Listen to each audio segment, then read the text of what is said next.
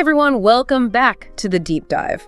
Today we're going to be diving into something that's really relevant to all of us, really. It's how we actually talk about self-care, but, in English. Definitely. And luckily, we've got this fantastic article that really breaks down the whole topic, gives us all the tools, the vocab, everything. And that's really what this deep dive is all about. Yeah, it's amazing how much this article covers. I mean, it really does start right from the beginning by defining self-care. Yeah. Those actions we take, the things we do on purpose to basically be well physically, mentally, and emotionally. I think what's really interesting to me is how it's not just like this niche topic anymore, It's like it's become so mainstream. You hear it in casual conversations, at work, even in, like medical settings. Absolutely. Yeah, it's everywhere. And I think this article is a kind of a recognition of that and really provides a guide for how to navigate all those different conversations, It really does. So I guess for our listeners out there, our mission today is to basically pull out all the best bits from this article. We're gonna get into the vocabulary, some of the common phrases you'll hear, even a bit of grammar to help you sound really smooth. For sure. And we'll touch on some of the cultural stuff too, because how people talk about self-care can be different depending on where you are in the world. So true. Well, the article really has this nice structure, so I think we should just kind of follow it along step by step. And it starts actually by talking about vocabulary, right? Like, you got to have that solid foundation, and it breaks it down into categories, which I think is really helpful. It is, yeah. So let's jump into the first one, physical self-care. What are some of the kind of the key words that pop up here? Well, I mean, some of them are probably pretty obvious, right? Like exercise. It's that basic idea of moving your body to get stronger, feel better. The example they give is, I exercise 3 times a week to feel strong. Simple, but effective. Yeah, gets the point across. And then there's nutrition, which I think it's a good reminder that, self-care isn't just about shitting the gym. It's also what you're putting into your body, right? Good nutrition is part of my self-care plan. Right. It's all connected. Okay, and 2 more that I think are super fundamental, and honestly, sometimes we don't give them enough credit. Sleep and hydration. I mean, how many times have you heard, I need 8 hours of sleep to function well? Wow, countless. And then hydration. Yeah, staying properly hydrated throughout the day. Hydration helps me stay energized. Makes a world of difference. And last but not least, in this physical self-care category, we've got relaxation, right? Like, sometimes you just need to chill out. And the example they give, taking a bath is my favorite form of relaxation. I mean, who doesn't love a good bath? It's a classic for a reason. Okay, so we've ticked off physical self-care. Let's move on to something that's become so important, especially in recent years, which is mental and emotional self-care. What kind of vocab jumps out at you here? Well, mindfulness has definitely become a bit of a buzzword, hasn't it? But it's this idea of being present, aware of your thoughts and feelings without judgment. Mindfulness helps me reduce stress. And along similar lines, I guess you could say we have therapy, which acknowledges that sometimes we need a bit of professional help to work through things, I started therapy to process my emotions. Right. And it's becoming more and more accepted to talk about these things, which is great. For sure. What else do we have in this mental and emotional category? Well, there's meditation, which has become quite popular, and for good reason, I think. Meditation is my go-to self-care activity. It's all about finding that inner peace. Absolutely. And then something that probably affects most of us in one way or another, stress. And the article provides a simple coping mechanism. I manage stress with deep breathing. Yeah, that can be surprisingly effective. And lastly, a word that I think is really powerful, gratitude. That practice of focusing on the good things in your life. The example is, practicing gratitude improves my mood. Oh yeah, that shift in perspective can really make a difference. So that covers mental and emotional self-care. The article also talks about daily habits, just things we can incorporate into our lives to sort of generally boost our well-being. What pops up in that section? Well, they start with routine, yeah, which makes a lot of sense, Having a regular pattern, some structure to your day. They give the example, my morning routine includes stretching. Yeah.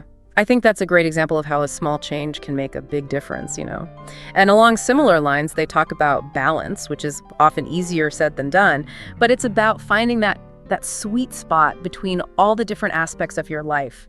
I seek balance in my busy life. That's the goal, right? Exactly. What other daily habits are mentioned? Well, they talk about hobbies, doing something you enjoy just for the fun of it. Painting is a hobby that relaxes me. It's important to have those outlets. Totally. And then the all-important break. I mean, we all need those moments to step back and recharge. The example here is I take short breaks to recharge. Especially in today's always-on world. Okay. And the last category for this essential vocab section is tools and resources, the things that can help us along the way. What stands out here? Well, journaling is definitely a big one. Taking some time to write down your thoughts and feelings. I write in my journal every night. Yeah, it can be really therapeutic. For sure. And then reflecting the times we live in, they have app, as in I use a meditation app to stay calm. Yeah, there's an app for everything these days. Right. And of course, the classic books, the example they give is self-help books, inspire my self-care journey. I love that. Okay, so that's a lot of vocab. But as you said, it's the foundation, right? For anyone listening, if you take anything away from this, it's that having a solid vocabulary will make talking about self-care in English so much easier. Now let's move on to the next level, which is putting these words together into phrases and expressions. And the cool thing is, the article categorizes them based on what you want to do with them, which is, it's super practical. It is. So let's start with phrases for sharing your own habits. What are some good ways to kick off a conversation about the things you do for self-care? Well, a really simple one is, I make time for myself by, and then you fill in the blank. The example is, I make time for myself by reading before bed. I like that. It sounds relaxing. It is. Another good option is, one way I take care of myself is, and here they give the example, one way I take care of myself is by going for walks. Nice. And then a phrase that's really versatile, I feel better when you can adapt it to pretty much any self-care activity. I feel better when I drink enough water. Yeah, it's direct and to the point. Exactly. And then a nice, clear way to talk about your favorite self-care activities is, my favorite self-care activity is, for example, my favorite self-care activity is yoga. Simple and effective. Now, what about when we want to ask other people about their self-care routines? What are some good phrases for starting that conversation? Well, if you're in a casual setting, you can just ask, how do you take care of yourself? Yeah. It's pretty straightforward. Or if you want to be a bit more specific, you could ask, what do you do to relax? Right. That kind of focuses on the unwinding aspect of self-care. Right. And if you're looking to get some ideas from someone, a good way to do that is by asking, do you have any self-care tips? It's kind of an invitation for them to share their wisdom. I like that. And then a more targeted question, if you're curious about how they deal with something specific, would be, how do you manage stress? Good one. And then let's talk about phrases for expressing the benefits of self-care, how it actually makes us feel. Yeah, so a good starting point is, it helps me feel. Yeah.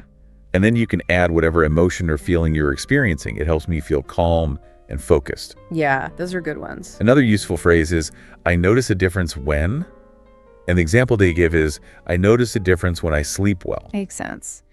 And if you want to emphasize the link to your well-being, you can say, it's good for my eyes, and then add whatever aspect of your well-being you're referring to. It's good for my mental health. Okay, and the last category for phrases is about offering suggestions to other people, if they're looking for ideas.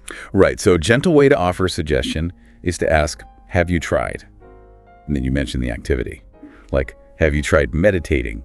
It's great. That's a nice non-pushy way to do it. Exactly. You can also say you might enjoy, for example, you might enjoy a warm bath after work. And then for a slightly more direct suggestion, you can use I recommend, followed by the activity, I recommend journaling. It's so helpful. Yeah. I think even having a few of these phrases ready to go can really make a difference in how smoothly those self-care conversations go. Okay, so we've talked about vocabulary and phrases, but there's another layer that we can't ignore: grammar. The article specifically highlights certain sentence structures and grammar rules that are particularly helpful when talking about self-care. Right. It's all about putting the pieces together, isn't it? Exactly. So what's the first grammar point they cover? Well, they start with the present simple tense. It's probably the most common tense you'll use for talking about self-care, especially when describing things you do regularly. Right. The basic structure is subject plus verb plus object or details. So some examples would be, I drink water every morning, she meditates for 10 minutes daily, or they exercise at the gym. You're talking about habits, things you do on a regular basis. Oh, got it. And then they talk about the present continuous, which is for actions that are happening right now or around the present time. Yeah, exactly. Yeah. The structure is a bit different. Subject plus MER plus verbing plus details. Examples are, I'm reading a self-help book right now, he's practicing mindfulness this week, or we're taking a break today. Okay, so we've got present simple for habits and present continuous for actions happening now. What about if we want to talk about things we did in the past related to self-care? Then you'd use the past simple, which is for completed actions that happen at a specific time in the past. The structure is subject plus verb ed, or the irregular past form, plus details. So some examples are, I tried yoga last weekend, she slept for 9 hours yesterday, or they went for a hike last month. Pretty straightforward. Yeah. The article also mentions modal verbs, which I always found a bit tricky. What's the deal with those? Modal verbs, like words such as can, should, might, they're really useful for talking about possibilities, giving advice, or making suggestions related to self-care. For example, you could say, you can try deep breathing to relax, which suggests it's an option. Or you should take a nap if you're tired, which is a bit more of a recommendation. Right. Or you might say, it might help to talk to a friend. That's a suggestion, but not a command. Got it. So they add a nuance to how we talk about self-care. Exactly. And the last grammar point they cover is the use of adjectives and adverbs, which I think can really make our descriptions more vivid, Oh, yeah. Adjectives are words that describe nouns, and adverbs describe verbs, adjectives, or other adverbs. So if you say, I feel refreshed after a good nap, the word refreshed is an adjective describing how you feel, and in the sentence, she exercises regularly to stay fit. The word regularly is an adverb telling you how often she exercises. Okay, so just being mindful of those little words can make a big difference in how we express ourselves. Now, shifting gears a bit, the article also talks about the art of asking questions about self-care, and they break it down into different types of questions, which I think is a great way to think about it. Yeah, because asking the right questions is so important if you want to have a meaningful conversation, and really understand what other people are doing for their own well-being. Absolutely. So what's the first type of question they talk about? They start with open-ended questions, which are designed to get people talking. You're not looking for a yes or no answer. You're trying to encourage them to share more. Some good examples are, what's your favorite way to unwind after a long day? Or how do you make time for self-care with a busy schedule? Or maybe, what helps you feel energized and happy? Those are the kind of questions that really get people thinking and sharing. Okay, so those are your open-ended questions. What about when you need a more straightforward, factual answer? That's where yes-no questions come in. They're good for getting a quick confirmation or clarification. Do you meditate every day? Are you good at managing stress? Have you ever tried journaling? Those are all yes-no questions. Easy enough. And then, once someone has shared something, how do you keep the conversation flowing and show you're genuinely interested? With follow-up questions. These show you're paying attention and that you're curious to learn more. Some examples might be, oh, really? How did you get started with that? Or, that sounds relaxing. How often do you do it? Or maybe, interesting, does it take a lot of time? I like that. It shows you're engaged. Exactly. And lastly, the article talks about how to phrase your questions in a polite and considerate way. Right. Because sometimes you're asking about, personal stuff, and Yes. you want to make sure you don't come across as nosy or intrusive. Totally. A good way to do that is to start your question with phrases like, I was wondering, or could you tell me? So for example, you could say, I was wondering, how do you stay so calm? Or could you tell me about your self-care routine? It just adds a touch of politeness. Subtle but important. Okay, so we've covered a lot of ground here. We've talked about vocabulary, phrases, grammar, and asking questions. I mean, that's basically all the building blocks you need to have a really good conversation about self-care in English. But the article goes even further and gives us a framework for how to talk about our own self-care routines. And they break it down into 4 steps, which I think is really clever. It is a helpful structure. So what's step 1? Step 1 is to start with a general overview. Mm-hmm. You want to give the person you're talking to a sense of your overall approach to self-care. So you might say something like, I try to take care of myself in small ways every day. Yeah. Or, my self-care routine is pretty simple, but it works for me. Nice. Keep it simple. Exactly. And then once you've set the scene, step 2 is to list some of the specific activities that are part of your routine. So you might say, in the morning, I like to stretch for 10 minutes to wake up my body, or at night, I relax by reading a book or listening to music. Give them some concrete examples. Yeah, get specific. Exactly. And then step 3 is to explain why you do those activities, what benefits you get from them. So, for example, you could say stretching helps me feel more flexible and energized, or reading helps me calm down before I go to sleep. Okay, so you're adding a layer of explanation. Exactly. And then the last step, step 4, is to talk about how those activities make you feel, the results you experience. So you might say, I feel more focused and productive when I stick to my morning routine, or it just makes me feel happier and less stressed overall. I love that. And the article even gives a full example paragraph that puts all of these steps together, right? They do, they say. My self-care routine is pretty straightforward. Every morning, I drink a glass of water and do some light exercise like walking or yoga. It helps me start the day feeling energized. In the evening, I write in my journal to process my thoughts. It's something I've done for years, and it helps me feel more balanced and peaceful. It's a great example of how to kind of weave it all together. And for anyone listening, I think it's a good reminder that self-care doesn't have to be complicated. Sometimes the simplest things are the most effective. Absolutely. Now, I think it's important to address something we've touched on a few times, which is that culture plays a big role in how we talk about, well, everything really, but especially personal things like self-care. And the article does a great job of outlining some of the cultural nuances and etiquette that are specific to English-speaking contexts. It does, yeah. And I think it's really important to be mindful of these things, especially if you're, new to an English-speaking culture. So what's the first point they highlight? Well, one of the key things they emphasize is that privacy matters a lot. That's In many English-speaking cultures, people are pretty private about, personal things, especially when it comes to mental health or emotional stuff. So it's generally considered polite to wait for someone to offer information rather than directly asking them about it. So, for example, it would be better to ask something like, do you have any self-care habits that you find enjoyable? Rather than something more direct, like, why don't you go to therapy? Yeah, there's a fine line there for sure. Definitely. What about the overall tone we use when discussing self-care? Right. Well, the article suggests that a positive tone is generally better received, framing self-care as something empowering and beneficial, rather than as an admission of weakness or struggle. Makes sense. So, instead of saying, I have to force myself to do self-care because I'm so stressed out, it would be better to say something like, I really enjoy taking time for myself. It's so rewarding. Focus on the positive outcomes. Yeah, that's a good point.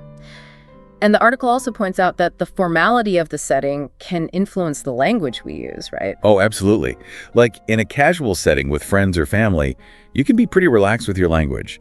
You might say, I just chill out with a movie when I'm feeling stressed. But in a more formal setting, like at work or with people you don't know well, it's better to use slightly more formal language. So you might say, I find it helpful to incorporate relaxation techniques into my schedule to manage stress. Yeah, it's about being aware of your audience. Exactly. And the article even touches on some regional differences within English-speaking countries, which I thought was really interesting. I know. I was surprised by that too. Yeah, like for example, they say that in the US, self-care is often linked to productivity. People might say things like, I need to recharge so I can perform better at work. Yeah, that sounds very American. Right. Whereas in the UK, the approach might be a bit more understated. They might just say, I like to take a few moments to have a cup of tea and unwind. A bit more low-key. Exactly. And then in Australia, they might say something like, I head to the beach to clear my head. It's a bit more laid back. Very Aussie. Okay, so the takeaway here is to be mindful of who you're talking to and try to adjust your language accordingly. And if you're ever unsure, a neutral and friendly approach is always a safe bet. Now, for those who are ready to take their English self-care conversations to the next level, the article goes into some more advanced territory, things like expressing opinions and even engaging in a bit of polite debate. Right, because once you've mastered the basics, you can start to really delve into those deeper conversations. Exactly. So what are some of the phrases they suggest for expressing your opinions about self-care? Well, some good starting points are, I think self-care is essential for everyone because, or, in my opinion, people should really prioritize. Or maybe, I firmly believe that. Those are all ways to introduce your perspective. Yeah, they clearly state your stance. Right. And then if you want to express agreement with someone, you might say something like, I completely agree with you. Self-care makes a huge difference. Or, that's a great point. I also think that. Or, absolutely, I've noticed the same thing when I... And on the flip side, if you want to disagree with someone, how do you do that politely without causing offense? Right. Well, it's important to be respectful even when you have a different opinion. So instead of just saying, I disagree, you could say something like, I see your point, but I think. Or, I'm not sure I agree because. Or, that's an interesting perspective, but I feel that. Okay, so those are some good ways to navigate those differences of opinion. Right. And the article even gives a mini debate example, right? They do, yeah. It starts with someone saying, self-care is overrated. People just need to toughen up and push through. Okay, a bit of a controversial statement. It is, but the article then gives you a suggestion for how to respond respectfully. You could say, I see where you're coming from, but I actually think self-care helps us handle tough times better in the long run. For example, even taking a short break can really boost your energy and focus. Yeah, that's a good way to counter that argument. And the article also presents some thought-provoking topics that you can use to practice forming your own opinions and engaging in more nuanced discussions about self-care. What are some of those topics? Oh, they ask things like, is self-care actually a selfish act? And do you think companies should promote self-care for their employees? And does social media help or hurt our self-care efforts? Interesting. Those are good ones to ponder. They are, yeah. Now, I think one of the most helpful parts of this article is the section where they give you some practice scenarios and dialogues. It's all well and good to learn all the vocab and grammar, but it's another thing to actually use it in real-life conversations. Oh, totally. That's where it all comes together. Yeah. Exactly. So what's the first scenario they present? Well, the first one is a pretty typical scenario. A casual chat with a friend. They're talking about their week, how busy things are, and different ways to manage stress and take care of themselves. You hear phrases like, how do you take care of yourself with all this stress? And I've been trying to do some yoga in the mornings. It really helps me feel calmer. It's just a nice example of how self-care can naturally come up in everyday conversations. And the second scenario is about talking to a colleague who seems really tired and burnt out. Yeah, and the suggestion is to encourage them to take short breaks throughout the day. They use phrases like, do you have any go-to ways to recharge after work? And I've found that taking short breaks during the day can really help. Have you ever tried that? So it's a good example of how to offer support and advice in a work setting. And the third scenario takes place at a doctor's appointment. Right. The person is talking to their doctor about how they manage stress, and they use phrases like, I try to take care of myself by meditating and eating healthy foods. Do you think that's enough? And could you tell me more about how regular exercise can help with stress? So it shows you how to discuss self-care in a more formal medical setting. And the last scenario is a group discussion about whether self-care is just a trend. Right. You hear people expressing different opinions like, I believe self-care is more than just a trend. It's about maintaining my long-term health and well-being. And then someone else says, well, it probably depends on how each person approaches it. So it shows you how to engage in a more nuanced discussion about self-care, acknowledging different perspectives. Yeah, those scenarios are great. I encourage everyone listening to really picture yourself in those situations and think about how you would respond. Now, to wrap things up, the article gives us a really useful section on common mistakes to avoid when talking about self-care in English. I think this is so valuable because sometimes it's little things that trip us up. Oh, absolutely. We all make mistakes, and it's good to be aware of the common pitfalls. So what's the first mistake they mention? Well, one of the most common mistakes is vocabulary mix-ups. Using a word that sounds similar to the word you actually want to use, but it means something different. For example, saying, I do exercise to sleep my mind, when what you really mean is, I do exercise to calm my mind. Right, that happens all the time. It does. And the advice they give is to always double-check words that sound similar, especially if you're not 100% sure of the meaning. Good tip. What about grammar mistakes? Well, one very common mistake is using the wrong verb tense. For example, saying, I meditate every day, when it should be, I meditate every day.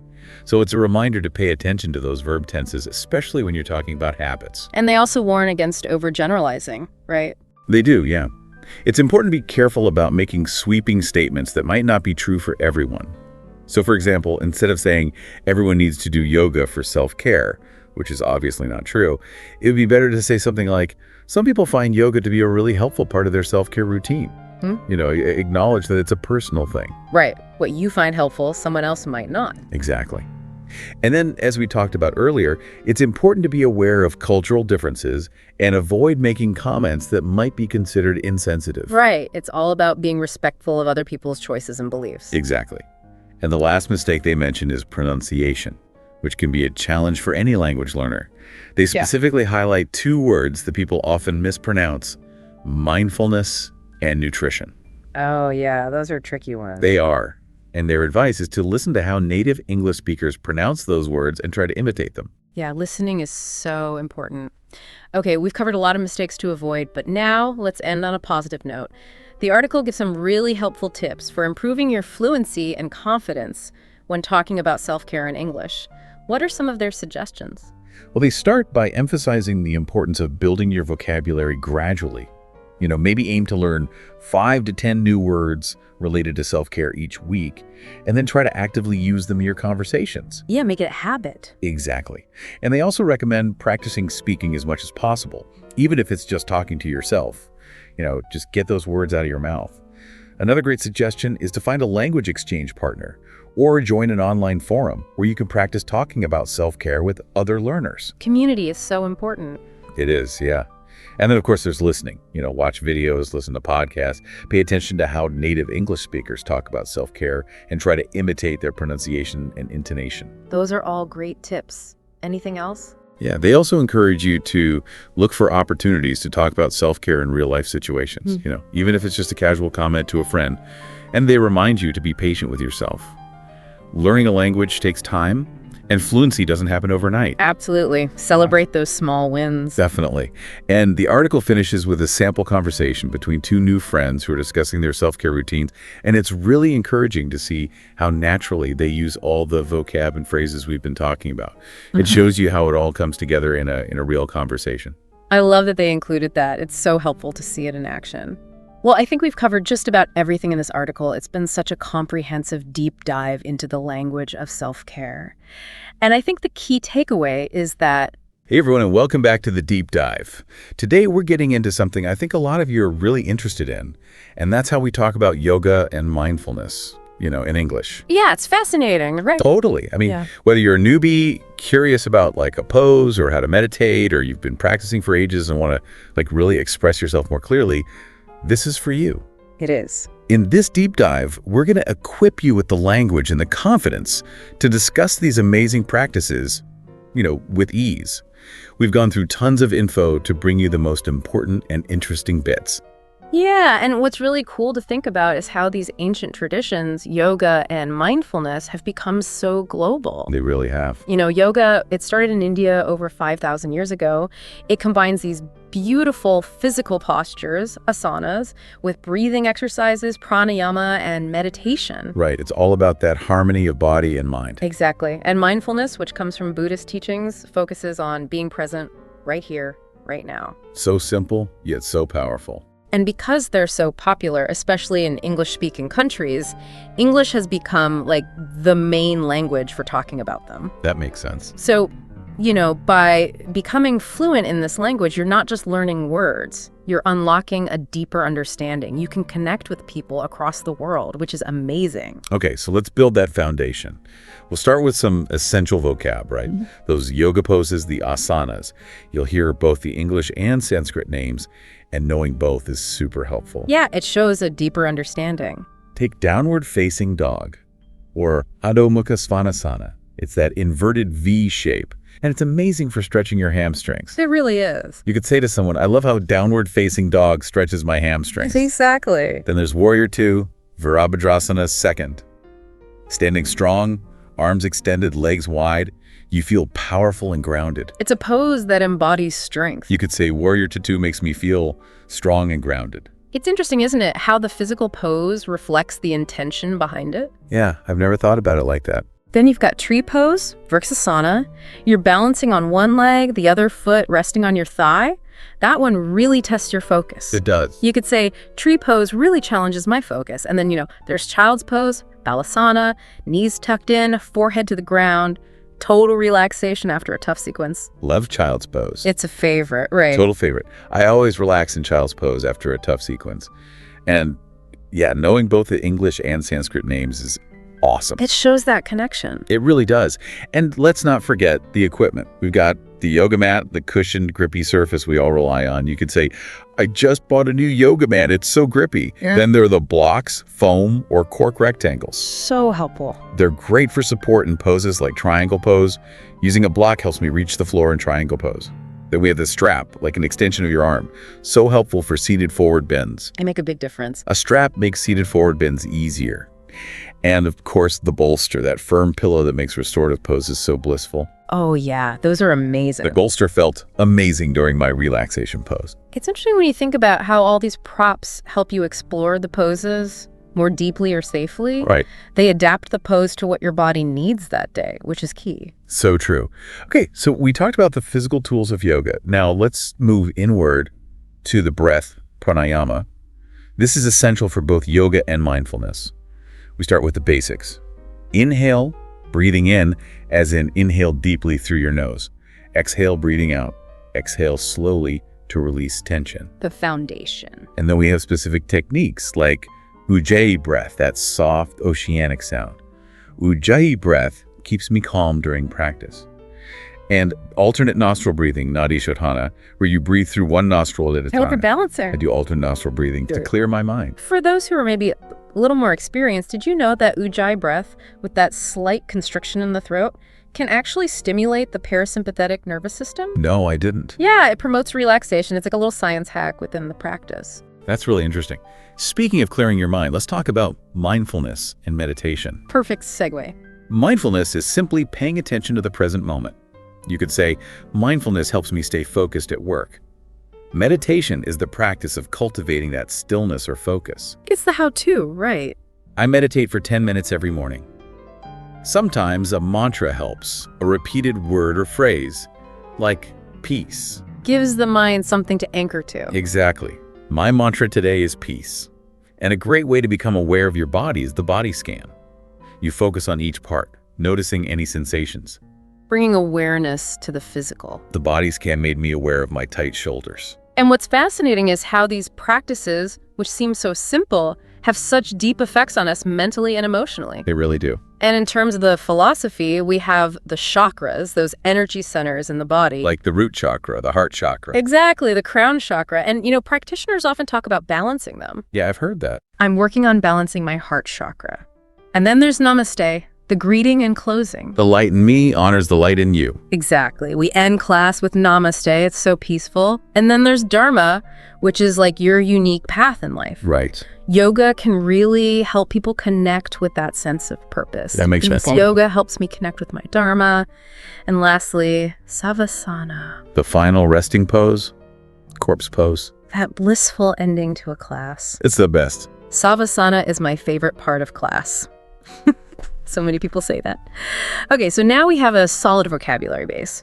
Let's look at how you actually use these words in conversation. Let's master some key phrases.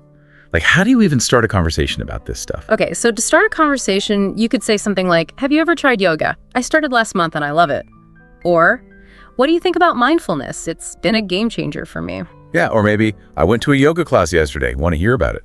Exactly. And when you're describing your own practice, you might say, I usually do a 30-minute flow with lots of sun salutations. Or, my favorite pose is downward dog because it stretches everything. Or, I meditate before bed to wind down. It helps me sleep. And don't be afraid to ask questions. Which yoga style do you prefer? Hatha, vinyasa, or something else? Or, how do you stay mindful during a busy day? Yeah, those are great questions. Have you tried any breathing exercises like Ujjayi? I love that one. Oh. And sharing the benefits is a great way to connect with others too. Yoga makes me feel so flexible and strong.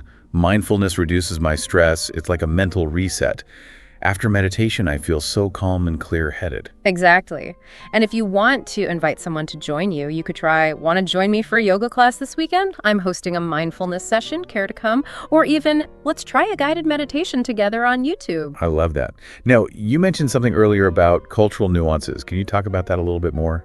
Oh yeah, that's crucial, especially as yoga and mindfulness have evolved in English-speaking countries. So true. So take yoga in the West. In places like the US and the UK, it's often viewed through a fitness lens, You hear about power yoga and hot yoga. Oh yeah, I burned so many calories in hot yoga today. Mhm. Or power yoga is intense, I'm sore, but energized. Exactly. And that can be quite different from the traditional emphasis on balance and inner peace. For sure.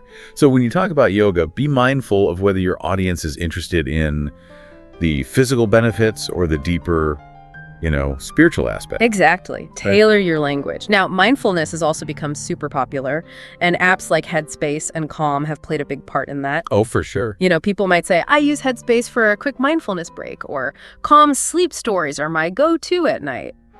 It's also become closely tied to self-care, so you'll hear things like, I'm taking a mental health day, or I'm practicing gratitude. Those are good ones. Yeah, and being aware of these trends helps you connect mindfulness to everyday life. Now, what about etiquette? Oh yeah, that's important. Like in yoga classes, there are a few things to keep in mind. Silence during the practice is usually appreciated. Save the chit-chat for before or after. Makes sense. And while knowing the Sanskrit names is great, most people will use the English terms for the poses. That makes it easier for everyone. And generally, a positive and encouraging tone is best. Saying yoga is hard might get a sympathetic nod, but saying, I hate meditation might not go over so well. Probably not. So now that we have a vocabulary and some phrases, how can we structure a conversation so it flows naturally? Okay, good question. So start with something that piques interest. Maybe, I just tried this new yoga pose. Have you heard of crow pose? Or, mindfulness has really changed my morning routine. What's yours like? Exactly. Then share your own experience, make it personal. Crow pose was tricky, but I held it for a few seconds. Or, I like to sit by the window, close my eyes, and just focus on my breath. That's nice. Then, invite the other person in. What's the most challenging pose you've tried? Or, do you have a favorite mindfulness practice? And then, build on what they say. So if they say, I love tree pose, it's so calming, you could respond with, oh, tree pose is great. Do you find it helps with your balance? Exactly. And then wrap up on a positive note, something like, this chat's inspired me to practice more, thanks. Or, let's talk about mindfulness again soon. It's fascinating. Those are really helpful tips. Now, can we walk through some common situations where these conversations might come up? Sure, let's do that. So imagine you're at a yoga class. You might greet the instructor, hi, I'm new here. What can I expect from today's class? Or chat with other students. That was a workout. How long have you been practicing yoga? And if you need help, don't hesitate to ask. Could you show me how to adjust my position in Warrior 2? Yeah, asking for help is so important. It is. Now, with friends, it might be more casual. I went to a yoga class yesterday. My legs are still wobbly. Or it could be a deeper conversation. Mindfulness really helps me when I'm anxious. What helps you cope with stress? Those are good examples. What about at work or school? Well, in the break room, you might hear someone say, I did a quick meditation at lunch. It was so refreshing. Or in a group discussion, yoga has really helped me focus. Has anyone else tried it? I could see that happening. And online, there are endless possibilities. You might comment on a post. I loved your post about staying consistent with mindfulness. Any tips? Or share your own experience. Just finished an energizing vinyasa flow. Feeling amazing. What's your go-to practice? So many ways to connect. Exactly. Now remember, you want to adapt your tone to the situation. So true. Okay, so we're feeling more confident with the basics. How can we take it to the next level? Okay, so to expand your skills, try using idioms and expressions. Instead of saying you feel calm, say yoga helps you find your zen. Yoga helps me find my zen after a hectic day. That's a good one. Or if you're really focused during meditation, you were in the zone. I was totally in the zone during meditation today. And when a pose is challenging, you're stretching your limits. Crow pose really stretches my limits. Love those. Descriptive adjectives can also help you paint a picture. Instead of good class, maybe it was invigorating. The class was so invigorating, I'm hooked. Or a meditation session was serene. Meditation always feels so serene, a peaceful escape. Those are great. And for a tough pose, call it challenging. That arm balance was challenging, but rewarding. I like that. What about connecting ideas in a sentence? Connectors. They smooth out the flow. Like, I start with breathing exercises, then move into standing poses.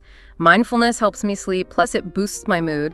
Yoga improves my flexibility, although it takes practice to see progress. Those are so helpful. Now, what about common challenges like pronunciation? Yes. Sanskrit words like pranayama and asana can be tricky. They can. A good tip is to break them down into syllables and use online resources to hear the correct pronunciation. Good tip. And with English words, pay attention to the stress. It's mindfulness, not mindfulness. Right. Now, confidence can be a hurdle. That can be for anything, really. It really can. If you're shy, start small. Talk to yourself in a mirror or describe your practice to your pet. I really enjoyed how open my hips felt after that stretch. Then gradually start talking to others. Good advice. And remember, mistakes are okay. Everyone makes them. They really are. And native speakers will appreciate your effort. What if you don't know what to say next in a conversation? Oh, that happens to me sometimes. To me too. Ask open-ended questions. What's your favorite part of yoga? How did you get into mindfulness? Share personal stories. The first time I tried tree pose, I wobbled like crazy. It was hilarious. I love those kinds of stories. Yeah. And what about accents? Well, English is spoken all over the world, so you'll hear variations. Yeah, sure. An American might say yoga mat differently than someone from the UK. Right. The key is exposure. Watch videos or listen to audio from different English-speaking regions. Great advice. Can we delve deeper into some specific topics, like different types of yoga? Sure. So Hatha yoga, it's slower, gentler, often recommended for beginners. Hatha is a great starting point, very calming. Vinyasa is all about flowing movements synchronized with the breath. The flow. Exactly. I enjoy Vinyasa because it keeps me moving and I love the connection with my breath. Then you have Ashtanga, more structured and intense, builds strength and stamina. That one's a challenge. Ashtanga can be quite challenging, but it builds strength quickly. And then there's Yin Yoga, with those long, passive stretches that target the deeper tissues. Oh yeah, that one's great for stress relief. It is. I find Yin Yoga so helpful for melting away tension. What about different mindfulness techniques? Okay, so breath awareness is simply focusing on your breath as it goes in and out. Breath awareness is a simple but powerful way to be present.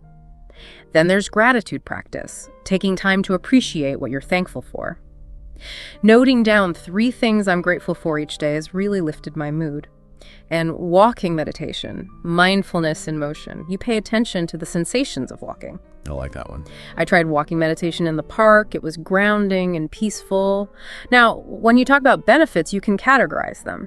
Physical benefits, since starting yoga, my posture has improved and my arms are more toned. Mental benefits, mindfulness has sharpened my concentration. And emotional benefits, meditation helps me navigate tough days with more ease. Those are great examples. Can we do some practice dialogues? Sure. Let's say you've just finished a yoga class. You could say to a friend, "Wow, that was intense. What did you think?" Your friend might reply, "I really enjoyed it, especially those warrior poses." Then you could say, "Me too. Warrior 2 really challenges my balance. What's your favorite pose?" They might say, "Probably child's pose. It's so relaxing." And you could wrap up with, "Oh, I get that. It's like a mini retreat. Want to grab some tea and chat." I love that. What about introducing mindfulness to a colleague? You could start by asking, "Have you ever looked into mindfulness?" They might say, "I've heard of it, but I'm not really sure what it is." You could explain, "It's about paying attention to the present moment without judgment. I sometimes do a body scan at my desk to refocus. Have you tried anything like that?" They might say, "No, that's new to me, but it sounds interesting. How do you even begin?" You could suggest it's simple. Just focus on your breath for a minute or two. Want to try it now? What about an online chat? You could say, "I loved your post about your yoga practice. What style do you usually do?" They might reply, "Thanks. I'm really into Vinyasa. It's so dynamic and flowing." And you could say, "That's great. I prefer Hatha. I like the slower pace. How long have you been practicing?" They might say, "About a year now. What about you?" And you could reply, "I'm a little newer. About 6 months. Maybe we could swap tips sometime." Those are really helpful examples. Remember, they're just starting points. Practice speaking out loud and make the phrases your own. So how can we keep learning and growing? Okay, so for ongoing learning, listen to English language podcasts like the Yoga Podcast or talks on TED Talks. Notice how the speakers describe sensations and benefits. Great resources. Joining communities is helpful too. Attend English-speaking yoga classes or join online forums like those on Reddit. Don't hesitate to ask questions. I'm finding pigeon pose tough. Any tips for tight hips? It's all about community support. It is, and after a conversation, reflect on how it went. Yeah, like a little debrief. Jot down some notes. What felt easy? What could be improved? Did you stumble on pranayama, but felt good describing your experience in tree pose? Self-reflection is key. It is. And make expanding your vocabulary a habit. Learn 1 new word a day, like equanimity, which means calmness and composure, especially during tough times.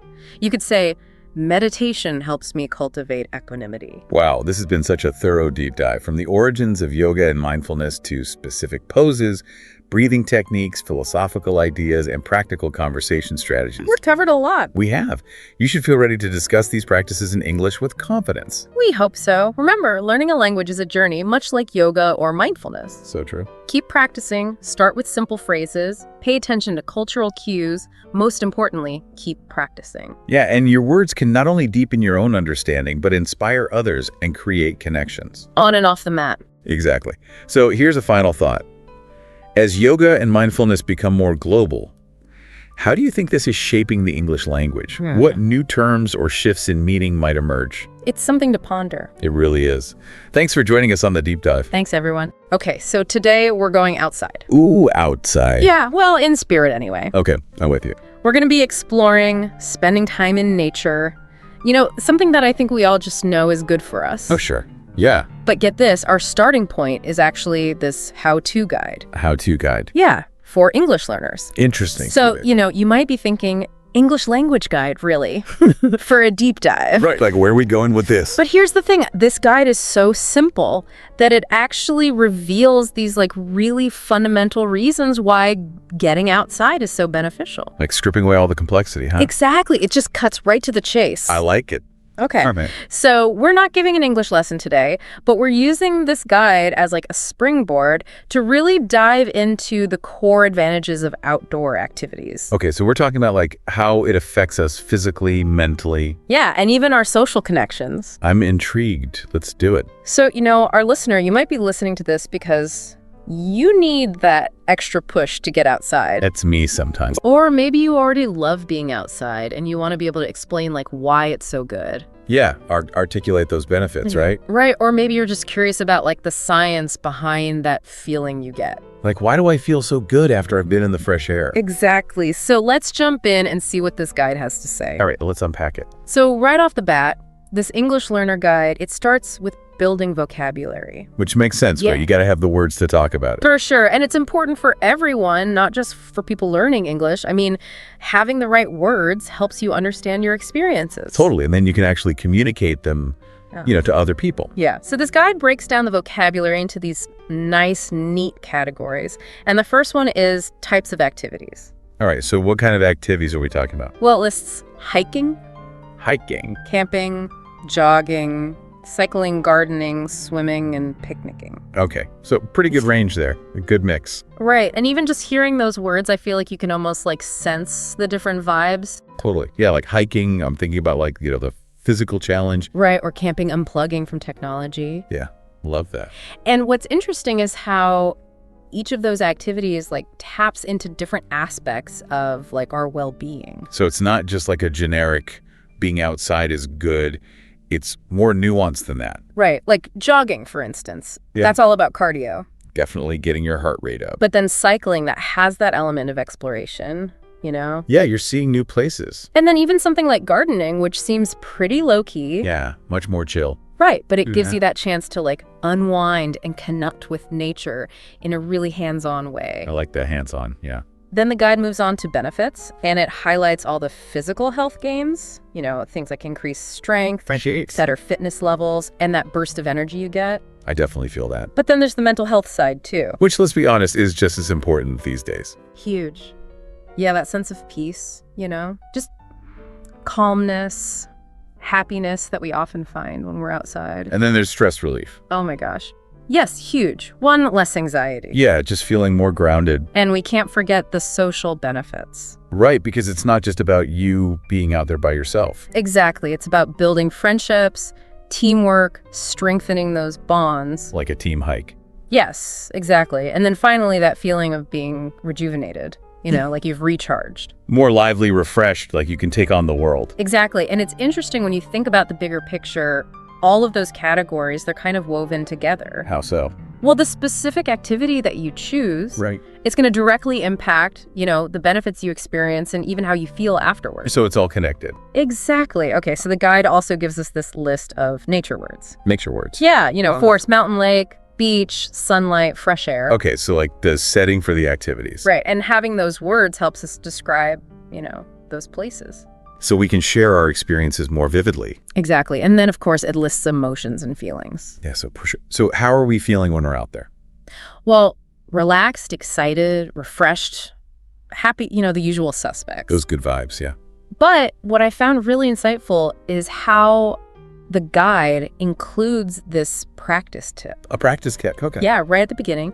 And it suggests that you pair an activity with a benefit and a feeling. Interesting. Okay, so give me an example. Like hiking improves my cardiovascular health and makes So- me feel invigorated. Okay, I like that it's simple, but it connects everything together. Exactly. And it's a great way for you, our listener, to start being more mindful of your own outdoor experiences. Totally. Like, okay, when I do this, how do I actually feel? Right. So we've got this foundation of vocabulary. Now, what's next? So the next step is mastering key sentence structures. To talk about those benefits. Exactly. And, this is part of the English learning guide, but honestly, having clear sentence structures is important for everyone. Oh, for sure. It helps you communicate better no matter what language you're speaking. Right. So how does this guide break it down? Well, it starts with those basic subject, verb, object sentences. Like the building blocks. Yeah, like I enjoy swimming. Okay. Simple and straightforward. Right. Then it builds on that by connecting an activity to its benefit. So like swimming is good exercise. Exactly. And then it adds in the why, the reason. Okay. So that would be, I swim because it's refreshing. Exactly. Simple but powerful. And then it shows you how to combine those elements. Right. So like a more complex sentence. Right. Like I love cycling because it keeps me fit, or gardening helps me feel grounded. Okay. Yeah. I could see how those are more descriptive. And what's important to understand is that those basic structures, those are just the starting point. Okay. So where do we go from there? Well, once you're comfortable with them, you can start adding details and make your descriptions, more interesting. Got it. So let's add some layers. Right. And that's exactly what the guide shows us next, how to enrich our language with adjectives and adverbs. Oh, yeah, those descriptive words. So instead of just saying air makes me feel good, Which is kind of bland. right, we can say fresh air makes me feel good. Okay, much better. Or instead of I feel better after a run, we can say I usually feel much better after a brisk run. Yeah, brisk run. That paints a picture. And then combining them, you can get these really evocative descriptions like the majestic mountains made our hike unforgettable. Oh, I love that one. Or I happily swam in the crystal clear lake. Okay, I can picture it. And the guide also emphasizes using connecting words like because, since, or as to really state the reasons. Oh, that's interesting. So it's not just stating the fact, but explaining the why. Right, like I go camping because it helps me disconnect from technology. Oh, yeah, that's a big one for me. Or since walking is easy on my joints, I do it every day. Makes sense. Or as nature is inherently calming, I feel more relaxed outdoors. So it's like a cause and effect relationship. Exactly, and this is so important because it gives you the tools to explain why these activities are valuable to you personally. It's more than just saying, I like to be outside. Right, you're explaining the specific reasons you know the outcomes. Yeah, like why it matters to you. Exactly. Okay, so we've got the vocabulary, the sentence structures. Now let's get into the specific benefits. All right, let's break it down by category. So first up, physical health. Okay, that's a big one. The guide gives us these helpful phrases like, it boosts my stamina, it helps me maintain a healthy weight, it strengthens my core muscles. Okay, all good stuff. And then it gives us concrete examples like, when I go for a long hike, I build cardiovascular endurance and burn a significant number of calories. So it's not just vague, it's specific. Right. And another example is cycling regularly not only improves my leg strength, but also contributes to a healthier heart. Okay, so we're connecting the activity to the actual physical results. Exactly. And if we think about you, our listener, Yeah. what are your health and fitness goals? Right, like what are you trying to achieve? Because these examples show how getting outside can be, a fun and effective way to exercise. It's not all about the gym. Right. It could be exploring trails, cycling, being out in the fresh air and sunshine. I much prefer that to being stuck inside. Okay, so next up, mental health, which is, crucial in our busy lives. Absolutely, we all need a little bit of peace. The guide suggests phrases like, it helps me declutter my mind. It alleviates my anxiety. It fosters a sense of tranquility. I love that last one, tranquility. Right, and the examples, they really bring it to life, like, after spending time walking in the woods, I feel a significant reduction in my stress levels. I can relate to that. Or gardening provides me with a sense of focus and accomplishment, which is incredibly calming. Yeah, there's something so grounding about being in the garden. Right, and I think a lot of us have felt that, that mental clarity after being in nature. Absolutely, and it shows, that deep connection between our mental well-being and the natural world. Right, being outdoors, it's not just a leisure activity, it's a way to manage stress. improve your mood. Yeah, like a tool for mental health. And there's actually science behind this. Studies show that being in nature lowers your cortisol levels, which is your stress hormone. Oh, wow. I didn't know that. So it's not just like a feeling, it's a real thing. Oh, okay. Fascinating. Next up, the social benefits. All right, so being outside with others. The guide gives us phrases like, it's a fantastic way to connect with others. I've met some wonderful people through outdoor clubs. It deepens the bonds I have with my friends. Okay, all about connection. And the examples are really great, like going camping with a group of friends creates lasting memories and strengthens our relationship. Oh yeah, camping trips are the best for bonding. Or playing team sports outdoors like soccer helps me build camaraderie and connect with others who share my interests. Right, so finding your people. Exactly, and it highlights how outdoor activities can kind of create this social fabric. Because you're sharing these experiences. Yeah, whether it's that mutual support you get during a tough hike or just the simple joy of sharing a picnic. Right, it's about those shared moments. And finally, the guide touches on environmental benefits, which are becoming more and more important to a lot of us. For sure. Yeah, we need to take care of our planet. So it gives us phrases like, it fosters a greater appreciation for the natural world. Choosing active transport options reduces my environmental impact. Being outdoors makes me more aware of conservation efforts. Okay, so connecting our actions to the environment.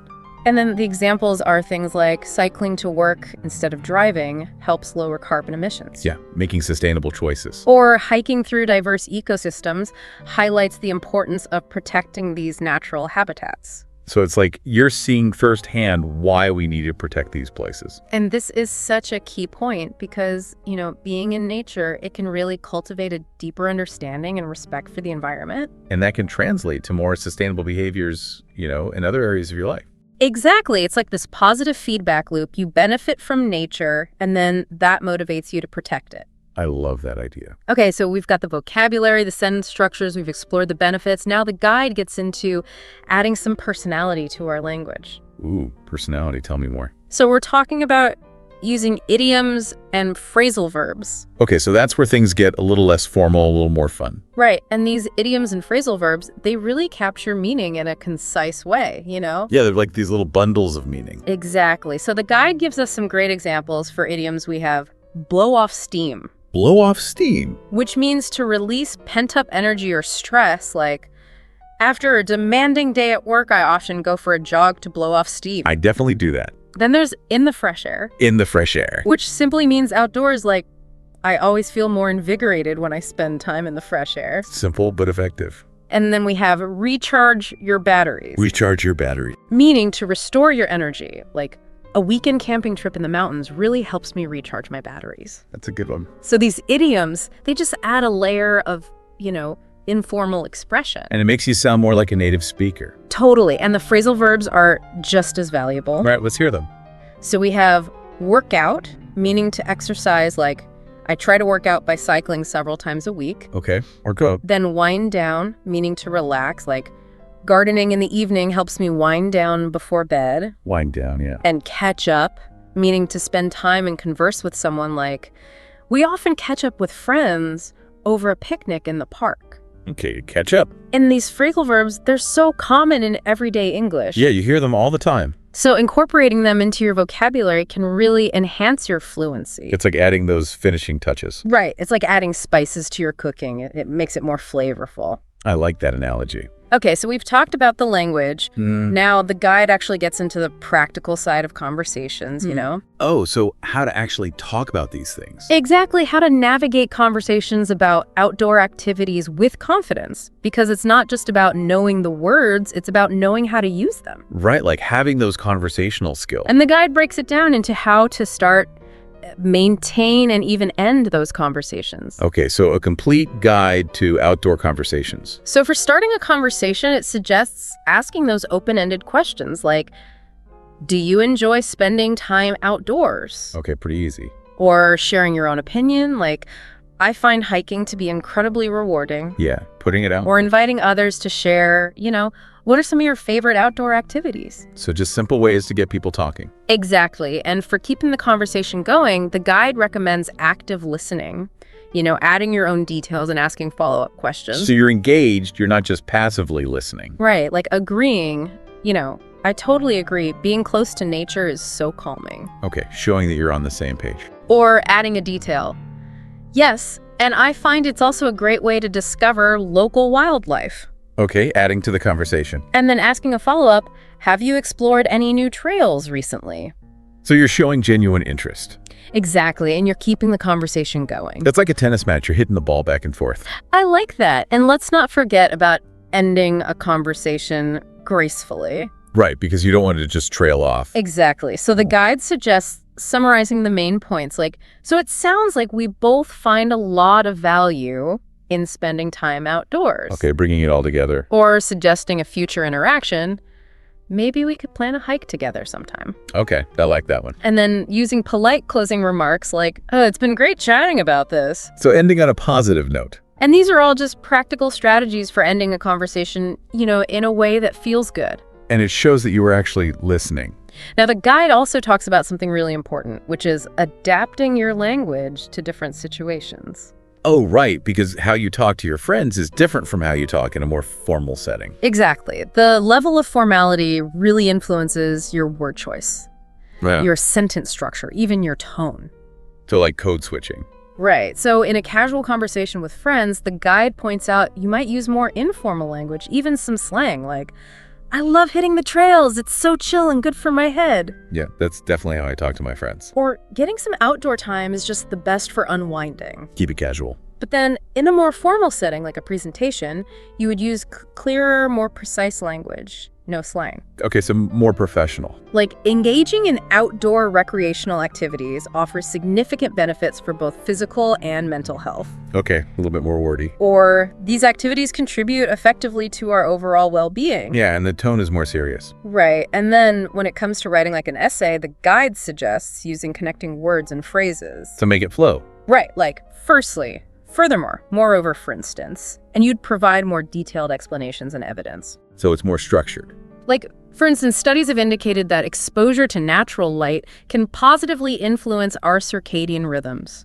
Okay, very academic. And understanding these different registers of language is so important for effective communication. It's about knowing your audience. Exactly, and tailoring your language to fit the situation. So we're chameleons. Okay, so the guide also talks about some common challenges that anyone might face, not just English learners. Oh, like what kind of challenges? Well, one common one is forgetting a word. Oh, yeah, that happens to me all the time. And the guide suggests using more general terms as a fallback. Like that activity, the one where you walk in the forest. Okay, so describing it. Right. Or it's when you go for long walks in nature for enjoyment. So you're getting the meaning across even if you don't know the exact word. Exactly. Another potential hurdle is pronunciation. Oh, yeah. Some of those words can be tricky. The guide specifically mentions hiking and relaxed as words that some people might find difficult. Hiking and relaxed. Okay. And it recommends listening to native speakers, to get the pronunciation right. That's a good tip. And finally, there's the issue of confidence. Which is huge, I think. And the guide encourages you to start small. Maybe just talking to yourself about your experiences. Okay, so like practicing in a safe space. Exactly. And remembering that making mistakes is part of the process. Everyone makes mistakes. Right. Even native speakers mess up sometimes. True. The key is to just keep practicing and not let fear hold you back. Yeah, don't be afraid to speak up. Now, the guide also gets into some interesting cultural nuances, pointing out that different English-speaking cultures might have different ways of valuing or talking about outdoor activity. Oh, that's fascinating. It notes that in some cultures, there might be this huge emphasis on the physical challenge, like, we conquered that mountain. Okay, so very achievement-oriented. But then in other cultures, it might be more about the peaceful, restorative aspects, like a gentle stroll in the countryside can be quite therapeutic. Okay, so more low-key. And being aware of those potential differences can really help you connect with people from different backgrounds. It's all about understanding and respect. And the guide wisely cautions against making generalizations. Just because you love something doesn't mean everyone else does. Right, like not everyone is a hiker. So instead of assuming like everyone loves going to the beach. Which isn't true. Right. Yeah. It's better to ask open questions like, do you enjoy spending time by the sea? So you're being more inclusive. Exactly. And you're respecting individual preferences. Good advice. And these cultural insights, they really show how language and culture are intertwined. Yeah, you can't separate them. And understanding those nuances can really make your communication more effective and sensitive, especially across cultural boundaries. Like a cultural bridge. So to wrap up our deep dive today, Time to come back inside.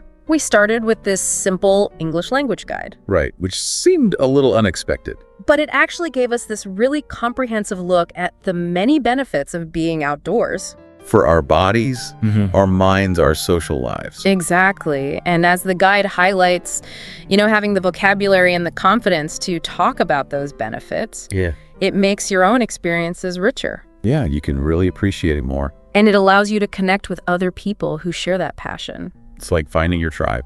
So for you, our listener, we'll leave you with this thought.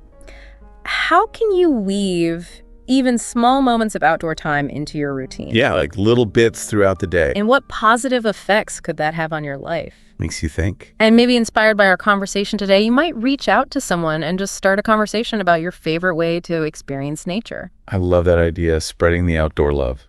Thanks for joining us on this deep dive. It's been a pleasure. You ever just lie in bed and think, man, I wish I could wake up feeling actually rested? Oh, tell me about it. I feel like that's everyone's goal, right? To wake up feeling refreshed and ready to go. Totally. And speaking of, one of our listeners sent in this really cool guide called Tips for Better Sleep in English, a comprehensive how-to guide. I thought it was super clever how they combined practical sleep advice with the actual English you'd need to talk about sleep. Yeah, I was impressed too. It's almost like they knew we were looking for something like this, a way to not only improve our sleep, but also be able to talk about it, really articulate how we're feeling. Right. It's one thing to know you need better sleep, but it's another to actually explain what's going on and what you're trying to change. So today we're diving deep into this guide, picking out the juiciest bits, so to speak, about better sleep and the language that goes with it. I like that, the juiciest bits. So are you thinking we start with the practical tips section? Yeah, let's do that. The first thing they hit on is the bedrock of good sleep. Having a consistent sleep schedule. It's so true. It's all about that circadian rhythm, right? Your body's natural 24-hour clock. It's kind of like setting a rhythm for your body. Think of it like an orchestra. If everyone's playing at their own pace, it's just noise. But when you have a conductor, a rhythm, everyone's in sync. That's a great analogy. So having a consistent sleep schedule is like being the conductor of your own sleep orchestra. Exactly. The guide says most adults need between 7 and 9 hours of sleep. And the key is going to bed and waking up around the same time every day, even on weekends, which, let's be honest, is the hard part. Oh yeah, for sure. Weekends are for sleeping in, right? Well, sort of. The guide makes a good point that even a little shift in your sleep schedule can throw off your rhythm, and then you end up feeling groggy and off-kilter on Monday. I've definitely been there. They use the word refreshed to describe how you should feel when you wake up, actually rested and ready for the day. Yeah, I love that word, refreshed. It just sounds so, revitalizing. The guide even gives us some phrases we can use to talk about keeping a consistent schedule. You could say, I've been trying to stick to a consistent sleep schedule to regulate my circadian rhythm. That's a good one. Or you could say something like, going to bed at the same time every night really helps me feel more rested. Perfect. And just to be clear on the vocab, circadian rhythm, again, is that natural 24-hour cycle. Regulate means to control or maintain, and refreshed, well, that's that awesome energized feeling after a good night's sleep. Got it. Okay, so consistent sleep schedule, check. What's next on the list? Next up is creating a relaxing bedtime routine. This one's all about setting the mood, sending signals to your brain that it's time to wind down. I love that. It's like creating a little ritual to prepare for sleep. What kind of things do they recommend? Well, they say to set aside 30 to 60 minutes before bed for calming activities, like reading a book or an actual book, not on a screen. Yeah, no screens. That seems to be a recurring theme in all the sleep advice I've ever seen. It's because of that blue light, right? The guide explains that blue light from our phones and computers actually suppresses melatonin production. Melatonin being that magical sleep hormone. Exactly. So when you're scrolling through Instagram right before bed, you're basically telling your brain to stay awake. Not a good recipe for a good night's sleep. Yeah. I actually started wearing those blue light blocking glasses in the evening. Oh, interesting. Do you find they help? I think so. It's hard to say for sure, but I do feel like I fall asleep more easily when I wear them. Anyway, back to the guide. So they suggest reading, meditation, listening to calming music. Yeah, all that good stuff. And they give us some phrases to talk about this too, like, I've started a bedtime routine where I read a book instead of scrolling on my phone. Nice. Or, winding down with some soft music helps me fall asleep faster. Love it. And to clarify the vocab, wind down means to relax and slow down. Melatonin is that sleep-regulating hormone we talked about, and ritual is, well, a repeated set of actions you do regularly. All right, consistent schedule, relaxing routine. What else can we do to optimize our sleep game? Well, the guide talks a lot about creating the ideal sleep environment, like turning your bedroom into a sleep sanctuary. Oh yes, I love this part. It's all about making your bedroom as conducive to sleep as possible. Right. They talk about light, noise, temperature, comfort, the whole 9 yards. First up, darkness. The guide's a big fan of blackout curtains. Makes sense. It's about minimizing any light that could disrupt your sleep. They also recommend earplugs or a white noise machine to block out any distracting sounds. I actually got blackout curtains recently, and they've made a huge difference. My room is so much darker now, and I definitely feel like I sleep more soundly. Good for you. They also mention keeping your bedroom cool, ideally between 60 and 67 degrees Fahrenheit, which is about 15 to 19 degrees Celsius for our listeners who use the metric system. Right, and having comfortable bedding is obviously key too. No one wants to sleep on a lumpy mattress and scratchy sheets. Exactly. And they even give us some phrases to use, like, I got blackout curtains and they've made a huge difference in my sleep quality. Or, keeping my room cool and quiet helps me stay asleep all night. Perfect. And the vocab here is spot on. Sanctuary. That just paints a picture of a peaceful, safe haven for sleep. Minimize, to reduce those pesky sleep disruptors. And disruption, which are those annoying things that interrupt your sleep, like a car alarm or a barking dog. Speaking of things that can mess with your sleep, have you noticed that what you eat and drink can really affect how you sleep? Oh, absolutely. The guide has a whole section on eating and drinking habits and their impact on sleep. It's interesting how certain things we consume can either help or totally sabotage our sleep. The guide mentions caffeine, alcohol, and even the timing of your meals. Yeah, caffeine is a no-brainer. I mean, we all know that drinking coffee too late in the day can keep you up at night. The guide recommends avoiding it after midday. Right, which is easier said than done for some of us, but it's worth trying, you know? See if it makes a difference. They also talk about alcohol, which is interesting. Yeah, because a lot of people think a nightcap helps them sleep. Right, but the guide explains that while alcohol might initially make you feel drowsy, it can actually disrupt your sleep later in the night. You might fall asleep easily, but then you wake up more frequently and your sleep isn't as deep or restful. That's good to know. And what about food?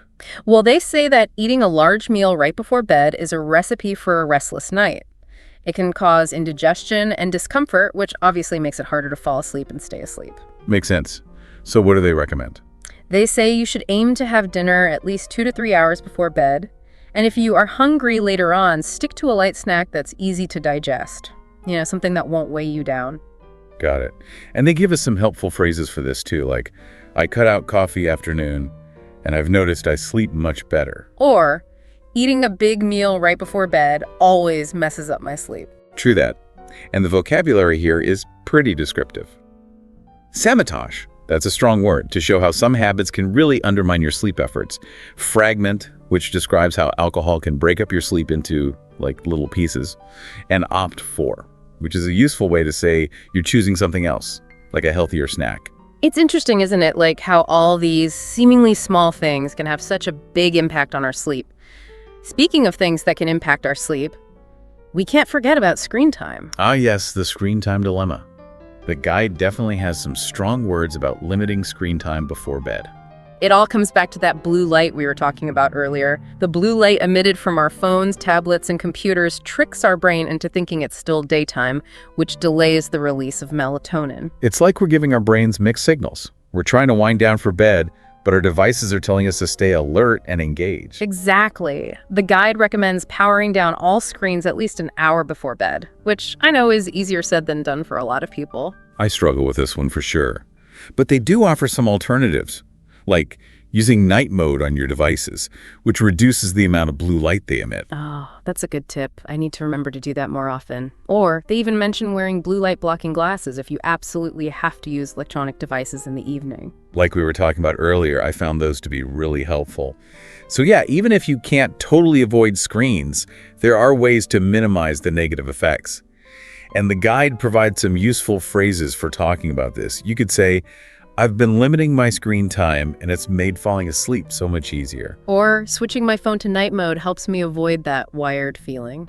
That feeling of being all keyed up and unable to relax. Totally. And just to recap the vocab, emitted means released, like the light from our screens. Onset refers to the beginning of something, in this case, sleep.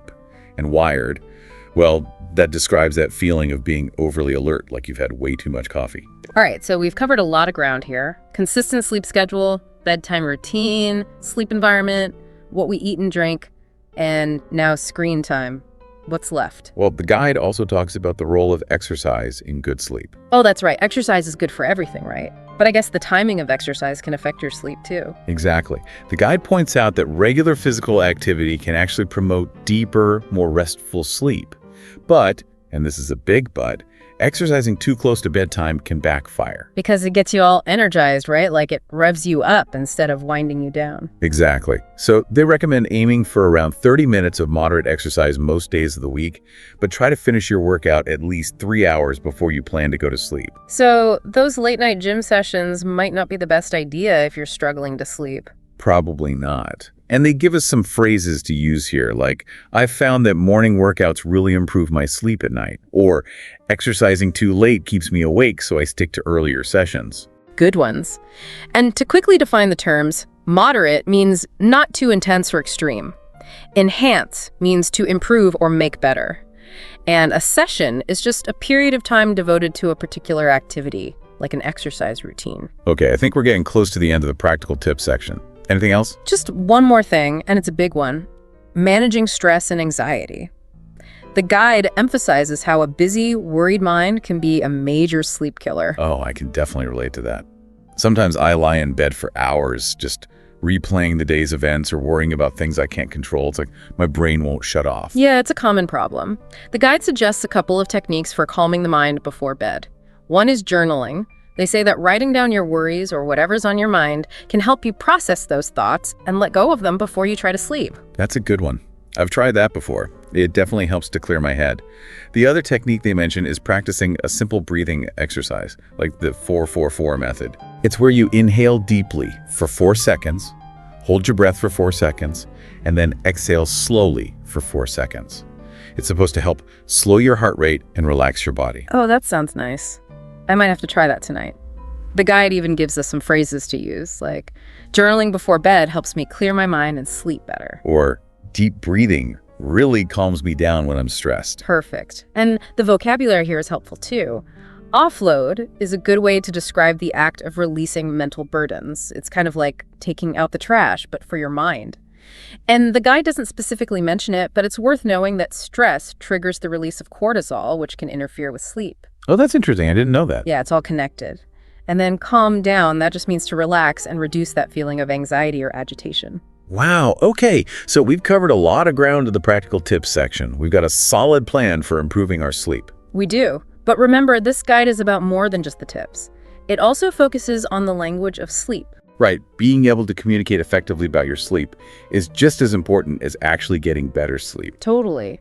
The guide highlights some key vocabulary related to sleep quality. Words like restful, which describes sleep that's peaceful and rejuvenating, or the phrase toss and turn, which paints a vivid picture of restless sleep. And then there's deep sleep, which is that super restorative stage of sleep that we all need to feel truly refreshed and recovered. Exactly. They even give an example sentence for restful. After a restful night, I feel ready to tackle the day. It really emphasizes the positive impact of good sleep on everything we do. They also point out some common phrases and expressions related to sleep. One of my favorites is sleep like a log, which means to sleep very deeply and soundly. I love that one too. Like after hiking all day, I slept like a log all night. Totally. The guide also briefly mentions how we can use the present perfect tense in English to talk about ongoing changes in our sleep habits. For example, you could say, I've been going to bed earlier this week and I feel so much better. It's a subtle grammatical point, but it's super useful for talking about like the positive changes you're making and the results you're seeing. So wrapping things up, it's clear that improving our sleep is about more than just following a set of rules. It's a holistic process that involves both practical strategies and the ability to understand and communicate effectively about our sleep experiences. Absolutely. We've talked about so many helpful tips today, from establishing a consistent sleep schedule and creating a relaxing bedtime routine to optimizing your sleep environment and being mindful of your diet and screen time. And we can't forget about the importance of managing stress and anxiety, which can have a huge impact on our sleep quality. But even more than that, we've explored the language of sleep, learning key vocabulary, understanding common expressions, and even mastering grammatical structures that help us articulate our sleep experiences. It's amazing how much power language has, even when it comes to something as basic as sleep. So as we finish this deep dive, I want to leave you with a question to ponder. Of all the practical tips we've discussed, which one resonates with you the most? And building on that, which tip feels the most manageable for you to start implementing in your own life? We've given you a lot of information today, but remember, even small changes can make a big difference. And perhaps even more importantly, what do you personally find to be the biggest obstacle standing between you and a good night's sleep? By identifying those roadblocks, we can start to break them down and create a path toward more restful, restorative sleep. So keep exploring, keep experimenting, and keep talking about your sleep. After all, a good night's sleep is a gift we give ourselves, and it's a gift worth striving for. Absolutely. Sleep well, everyone. Ever get that feeling? Like you're trying to explain your workout, that awesome spin class, or even just your regular morning walk, and the words just, they just don't come out right in English. Yeah, it can be tricky. Kind of like walking into a new gym for the first time, Yeah. You see the equipment, you kind of get what everyone's doing, but actually explaining it yourself, that's a whole other thing. It is. It's a bit of a language barrier, even if you understand the activity itself. Exactly. But moving our bodies, being active, that's something everyone gets, right? Oh yeah, definitely. It's universal. It's just, when you want to get into the specifics in English, well, that's where we come in. That's where we can help bridge that gap. So today's deep dive, it's all about giving you the tools to talk about workouts and physical activity confidently in English. Absolutely. And we've got some great resources for this. We do. At the heart of it all is this really fantastic guide describing physical activities and workouts in English, a how-to guide. That's a great starting point.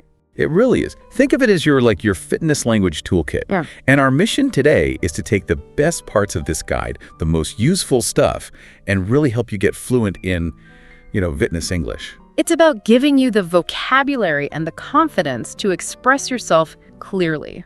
Exactly. Because think about it, gyms are everywhere, right? Mm-hmm. You see running groups all the time. Social media is exploding with workout stuff from all over the world. It's a huge part of the global culture. It is. And being able to join those conversations in English, whether you're talking about a sport you love, asking a coach online for tips, even just using your fitness apps, it just opens up so much. Oh, absolutely. It makes the whole fitness world more accessible. So much more. Plus, it just feels good, to be able to say what you mean. Definitely. That sense of empowerment is huge. Okay, so how are we going to tackle this? Well, we're going to start with the basics, building up your vocabulary. Sounds good. A solid foundation is key. Our guide, it breaks it down into these key areas. Types of activities, the equipment, the movements our bodies make, how intense things are, and then of course our goals. Makes sense. A nice, organized framework. So let's start with types of physical activities. Right, the activities themselves. This covers everything from a gentle stroll to an all-out sprint. Right, the whole spectrum. And the guide gives us this great list, starting with, running, jogging, walking, the everyday stuff. Those are the fundamentals, yeah. Then we have swimming, cycling, things people talk about all the time when they're discussing exercise. And the guide gives these really clear examples, right? Like, I enjoy running in the park, or jogging is a good way to start the day. Yeah, simple and straightforward. Easy to understand and easy to use. And the list goes on. Yoga for flexibility and that whole mindfulness aspect. Mm-hmm. Weightlifting for strength. Cardio, which is kind of a catch-all for anything that gets your heart rate up. Right, those are the big ones. We've also got Pilates, hiking, for those who love the outdoors, and of course, dancing. It's a pretty comprehensive list. It is. And you know what I love? The guide has this great tip. It says to, say these activity names out loud and try adding, I like to, or I tried, in front of them. That's a great way to get comfortable using them naturally. It is. Just start practicing those phrases. Okay, moving on to workout equipment. When you're at the gym, using stuff at home, knowing what to call things is pretty essential. Makes sense. It helps you navigate that environment. The guide gives us this starter pack of vocabulary. We've got dumbbells, barbells, the classics for strength training. The staples of any weight room. Treadmill for running indoors, Right. yoga mat. I mean, those are used for so many things these days. True. Very versatile piece of equipment. Resistance bands, which are awesome because they're portable. Kettlebells for like those swinging movements. Kettlebells are great for a full body workout. They are. And of course, the exercise bike. Another classic. Okay, so we've got the activities, the equipment. Now let's think about what our bodies are actually doing, the movements. The verbs, right? The action words. Exactly. We've got lift, push, pull. Think about lifting weights, pushing a door open, pulling a resistance band. Those are very common actions, even outside of exercise. They are. Then we've got stretch, bend, super important for flexibility, jump for high impact stuff, and twist for your core, even dancing. It's interesting how many of those verbs have multiple meanings and applications. They do. Yeah. Now, how do we talk about how much effort we're putting in, the intensity? Right, because that can vary so much. It can. So we've got words like light, moderate, intense, pretty straightforward. Then there's exhausting for when you're like really wiped out. Yeah, we've all been there. And this is important. Low impact versus high impact. Especially important when you're talking about what's good for your joints. It is. Finally, let's talk about fitness goals. Why are we doing all this? What are we aiming for? That's driving us to be active. Exactly. Common goals are building strength, increasing endurance so you can keep going for longer, improving flexibility, so important for overall well-being, Those are some great goals. weight loss, that's a big one for a lot of people, and toning, getting those muscles firm. It's interesting how those goals often overlap. They do. They're all connected. Now, the guide has this awesome practice activity for you here. It suggests writing a few simple sentences using the words from each of these categories. So, for example, you could say something like, I like to lift dumbbells for a moderate workout to build strength. That's a great way to put it all together. It is. Okay, so we've got the words. Now we need to know how to put them together correctly, which means grammar. The rules of the language, yeah. The guide starts with the present tense, which is like the most basic tense for talking about your regular habits and what you're doing right now. Yeah. We have the simple present for routines like I go for a run every morning. Describing a consistent action. And then the present continuous for what's happening at this exact moment, like I'm stretching my hamstrings before my run. An action in progress. Exactly.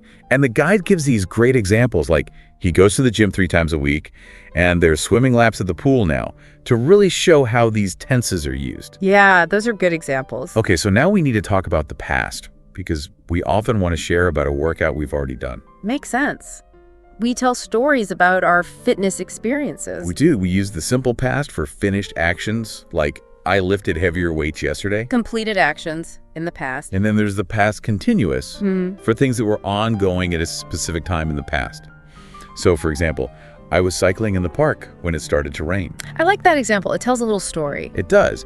And the guide's got more great examples like she pushed through a tough workout last night and they were hiking in the mountains all day. Really clear uses of these past tenses. Very clear. Now, what about looking ahead, making plans? For that, we need the future tense. Talking about what we're going to do, what we hope to achieve. We use will for things that are more like spontaneous decisions or general predictions. So I think I will try a new yoga class next week. A decision made in the moment. Then there's going to, for more definite plans. I'm going to go for a long bike ride on Saturday morning. Something you've already decided on. Exactly. The guide's examples are, he will probably run a marathon someday, and we're going to do some core exercises after this, which really show that subtle difference. Will is more open, while going to is more certain. Now, let's talk about prepositions, those little words that tell us when and where. In, on for time, and at, on with for place. They're small but important for adding detail. Absolutely. The guide gives this super helpful example. I usually work out in the evening on Wednesdays for about 45 minutes. Nice, using all 3-time prepositions in one sentence. And then, I like to run at the local track on the paved path with my running group. That's great for describing location. Okay, so we've got our nouns, verbs, prepositions. But to make our descriptions more vivid, more interesting, we need adjectives and adverbs. To add a little color to our language. Adjectives describe the workout itself. It was a really challenging Pilates session. Describing the session as a whole. And adverbs describe how you did something. I walked briskly for 30 minutes. Describing the action of walking. The guide's got some great examples, like the intense weightlifting left me feeling tired but strong, and she stretches slowly and carefully to prevent injuries. I like how those examples show both positive and negative feelings. Me too. And here's another practice activity for you. Try writing a few sentences in different tenses about an activity you enjoy. Put that grammar to use. The more you practice, the better you'll get. Okay, so now we have the words. We know how to structure sentences. How do we put it all together to describe our workouts? How do we create those full, detailed descriptions? Our guide has this step-by-step process, which is super helpful. Sounds good. Break it down for us. Step 1. Start by just naming the activity. Keep it simple. I did a strength training workout. Clear and to the point. Then step 2, add some details, where you did it, when, how long. So I did a strength training workout at the gym this morning for about an hour. That gives us a better picture. Step 3, include any equipment you used or specific movements. I did a strength training workout at the gym this morning for about an hour using dumbbells and a barbell. Or she went for a swim at the community pool yesterday evening for 45 minutes, doing freestyle and backstroke. Adding those specifics is great. Finally, step 4, mention the intensity or your goals. I did an intense strength training workout at the gym this morning for about an hour using dumbbells and a barbell to build muscle. Or she went for a swim at the community pool yesterday evening for 45 minutes doing freestyle and backstroke for a low-impact cardio workout. Wow, those descriptions are really comprehensive. They are, and the guide has even more examples about lifting heavy weights to increase strength, jogging at a comfortable pace to improve endurance. Really useful stuff. Really paints a picture of the workout. It does. And of course, another practice activity. Describe your most recent workout using those 4 steps. Love the practice activities. Now, talking about fitness, it's not just about listing facts, right? We want to have actual conversations, connect with people. Right, we want to engage with others. So let's talk about some conversational tips and phrases. Ways to start chats, share our routines, ask for advice, all that good stuff. That sounds really useful. The guide gives us some great ways to start a fitness chat, like, do you work out regularly? Or what's your favorite way to get some exercise? Nice, simple, and open-ended. When you're sharing your own routine, the guide suggests keeping it casual.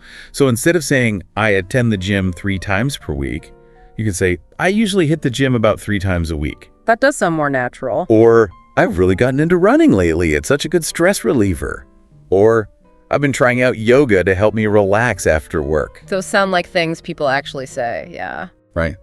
What about asking for advice?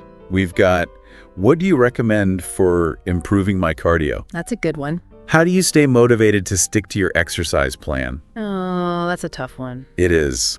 Or, I'm new to weightlifting. Do you have any tips for beginners? Those are all good ways to get advice from someone. And then, of course, you'll need to know how to respond to questions and keep the conversation going. The guide gives examples like, oh, I just do some light cardio, nothing too strenuous. Keeps it low-key. Or, yeah, I really enjoy swimming. It's so gentle on my joints. Or, not really a gym person. I prefer getting active outdoors, like hiking. Nice. Those give a little more information than just yes or no. And then, of course, we want to express our feelings about our workouts. The guide has some great phrases for that, like, that run felt absolutely fantastic today. Or, lifting those heavier weights was tough, but I definitely feel stronger. Or even, I'm so incredibly sore after that leg workout. Totally worth it, though. Yeah, those really capture the emotions. They do.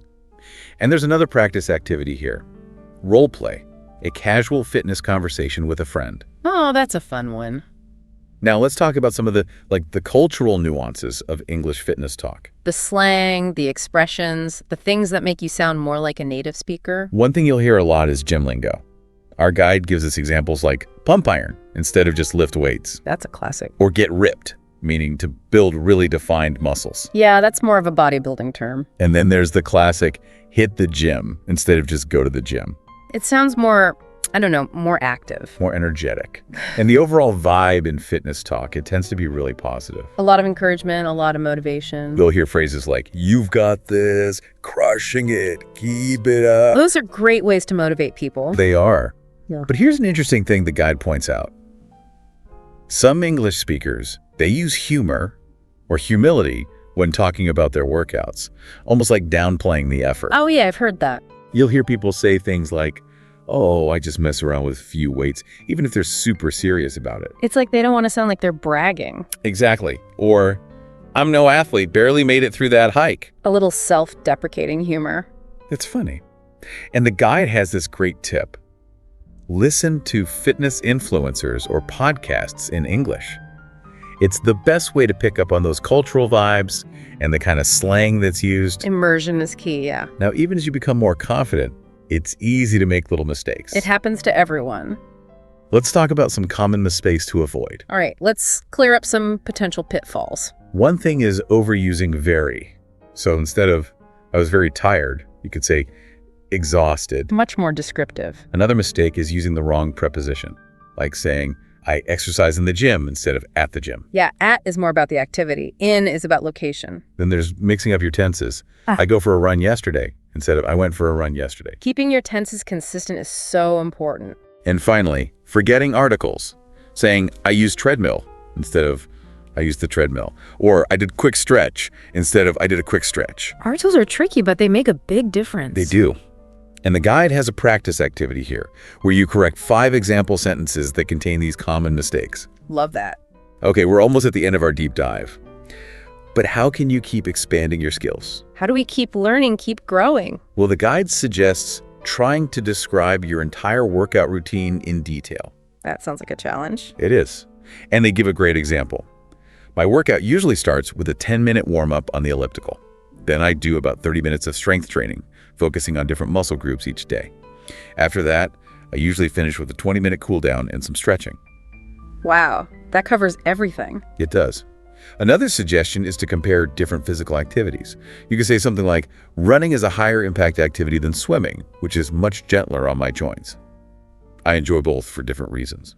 That shows a good understanding of the differences. And if you're feeling really ambitious, you could try to discuss or even debate different fitness topics. Like, some people think that HIIT is the most effective way to burn calories, but others argue for longer, steady-state cardio. What are your thoughts?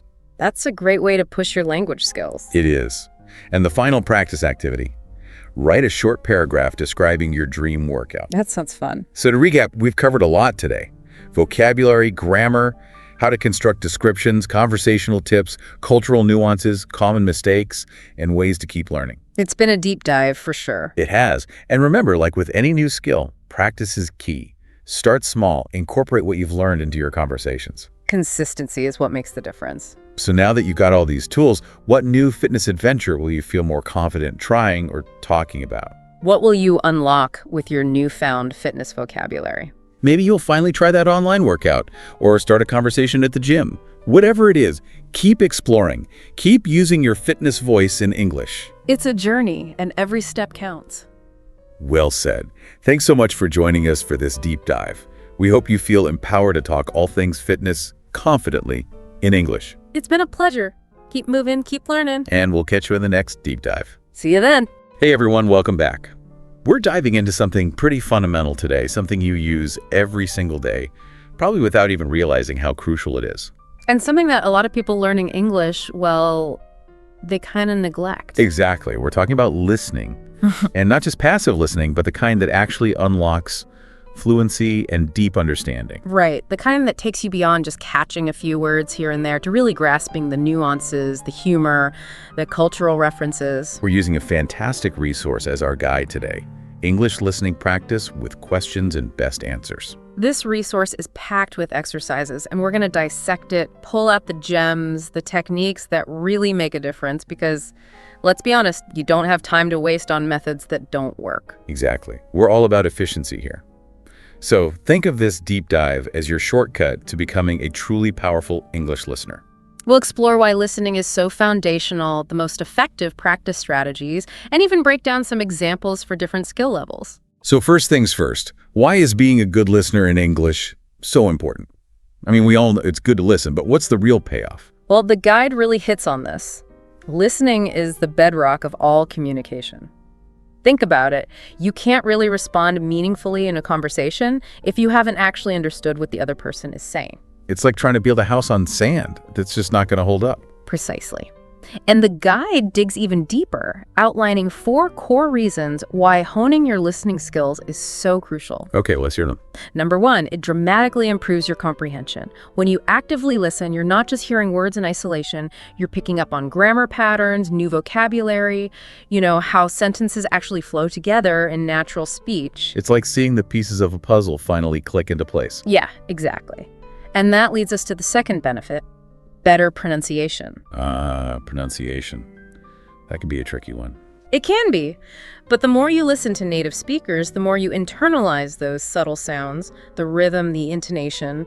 It's about capturing that musicality of the language. Intonation is so key. I mean, that the same phrase can have a completely different meaning depending on how you say it. Oh, absolutely. A simple okay can express agreement, doubt, even annoyance, all based on your tone of voice. That's why listening to real conversations is so much more effective than just repeating words from a textbook. Exactly.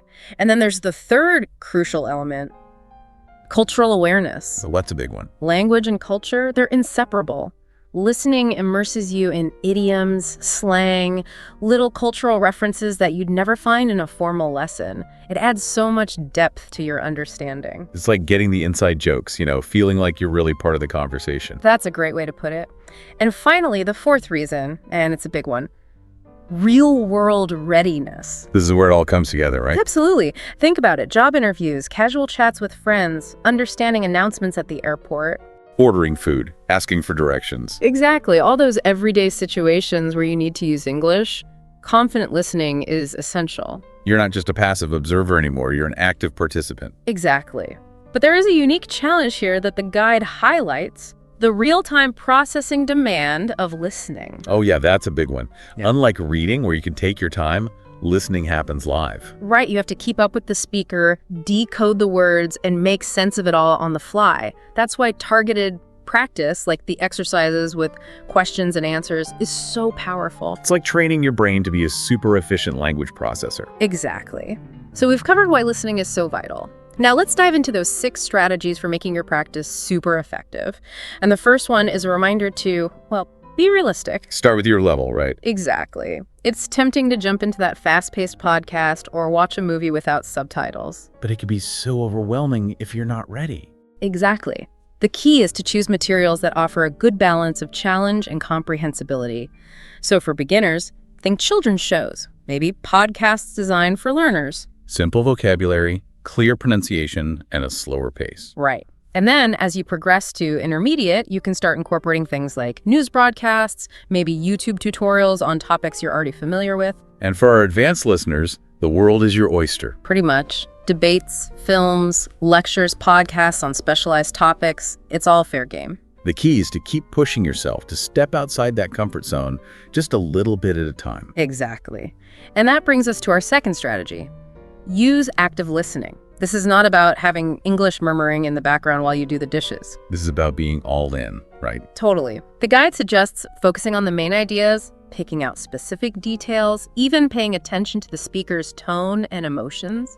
And taking notes can be a huge help. Oh, absolutely. And even silently repeating key phrases to yourself. It keeps you engaged, helps those words and structures sink in. Makes sense. The next strategy is one that I think a lot of people struggle with. Leverage subtitles wisely. Subtitles. They can be a crutch, but also a valuable tool. Exactly. So what's the right way to use them? The guide recommends a gradual approach. For beginners, starting with English subtitles can help connect the spoken word with the written form. You're building that visual association. Exactly. But as your comprehension improves, you should aim to rely on them less and less. Ultimately, the goal is to understand without any visual cues. Like training wheels for your ears. Exactly. Now, the next strategy is one of my favorites: repeat and shadow. Oh, this one's fun. It is. So the idea is to listen to a short clip multiple times, really catching those nuances you might have missed on the first go. And shadowing takes it a step further, right? It does. You basically become an echo, mimicking the speaker's words and intonation immediately after you hear them. It feels a little strange at first, but it's amazing for fluency and pronunciation. You're training your mouth to make those sounds, to match that rhythm. And that leads to our fifth strategy, one that I think is really crucial.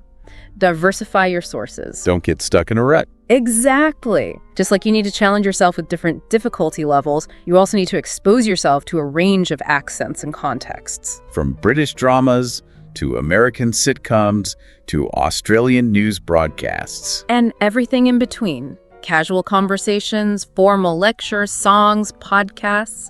The more varied your listening input, the more adaptable you'll become. Because real-world English is a beautiful mix of accents and styles. Absolutely. Now, the sixth and final strategy brings us back to that active engagement. Test yourself with questions. This is where rubber meets the road, right? It is. After listening to something, whether it's a short dialogue or a longer lecture, take the time to answer questions about what you heard. It forces you to really process the information, not just passively absorb it. And it preps you for real-world situations where you need to understand and respond to questions. Like job interviews, presentations, even just casual chats with friends. Precisely. Now, let's put all this into practice. The guide includes a set of practical exercises for different levels, and I think walking through a few examples would be really helpful. Let's do it. Let's start with the beginner level, shall we? Sounds good. The beginner exercise is a simple, everyday conversation. Picture this. Sarah and Tom are at a cafe, catching up and making weekend plans. Classic scenario. The language is straightforward, the pace is relaxed, perfect for someone just starting out. Exactly. They talk about going to the park, visiting Tom's grandmother, who bakes amazing cookies, and of course they discuss what time they'll meet up. And questions that follow really focus on those core comprehension skills. What, where, when, who. Exactly. Can you identify the main activities? Can you figure out where they're going? Can you pinpoint the specific time they're meeting? It's all about building that solid foundation. And the guide even offers some great tips for tackling this kind of beginner-level material, like listen to the conversation multiple times, get used to the sounds, write down any unfamiliar words and look them up. And a great tip, practice saying the sentences out loud. It reinforces what you're hearing and helps with pronunciation. Okay, let's bump it up a notch. Let's look at the intermediate level exercise. This one is a news report about a local festival. Definitely more challenging than the casual chat. Right. The language is a bit more formal, the pace is a bit faster, and there's a lot more specific information being packed in. So what's this festival all about? It's a celebration of music and food. The report mentions that over 200 people are expected to attend. It's going to be a 3-day event, and there's a whole lineup of activities. Bands, cooking classes, fireworks. Sounds fun. It does. Yeah. And it's a great example of the kind of factual, detail-oriented listening that you encounter in the real world. And the questions at this level really test your ability to extract those specific details. Absolutely. How many people are expected? What are some of the activities? How much does it cost to get in? You have to listen attentively to catch all that information. And the guide's tips for intermediate listeners are spot on.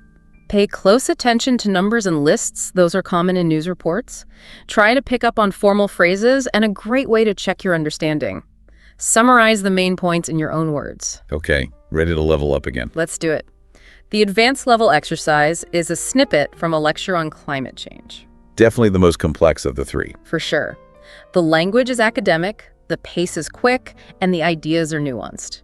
It talks about the impact of climate change on coastal regions, the causes of rising sea levels, Melting ice caps, at-risk cities like Miami and Jakarta. Exactly. It even delves into mitigation strategies like reducing greenhouse gas emissions and temporary measures like building seawalls. This requires a deep understanding of cause and effect relationships, complex vocabulary, and a lot of critical thinking. Absolutely. And the questions at this level are all about connecting the dots. What are the main causes of rising sea levels? What are the potential consequences? What are some of the proposed solutions, and what are their limitations? It's not just about understanding the words, it's about understanding the argument, the implications. And the guide's advice for advanced learners is to really focus on how ideas are linked together, to practice with authentic academic content. TED Talks, university lectures, that kind of thing. Exactly, and a great challenge. Try pausing the audio at certain points and predicting what the speaker will say next. It's like giving your brain a workout. So we've seen these examples progress from a casual chat to a news report to a complex lecture. That's a pretty clear path for gradually challenging yourself and building those listening muscles. Exactly. But the guide doesn't stop there. It also offers a fantastic list of additional resources tailored to each level. Let's hear them. What are some good starting points for beginners? For beginners, BBC Learning English is fantastic. They have tons of short dialogues and activities designed for learners. And don't underestimate the power of children's shows. Peppa Pig, for example. Simple vocabulary, clear pronunciation, great for building that initial confidence. Okay, what about for intermediate learners? NPR podcasts, like All Things Considered, are great. They cover a range of topics, and the delivery is pretty clear. VOA Learning English News is also fantastic, specifically designed for language learners. And for our advanced listeners who are ready to really push their limits. TED Talks are amazing. Such a diverse range of topics and speakers.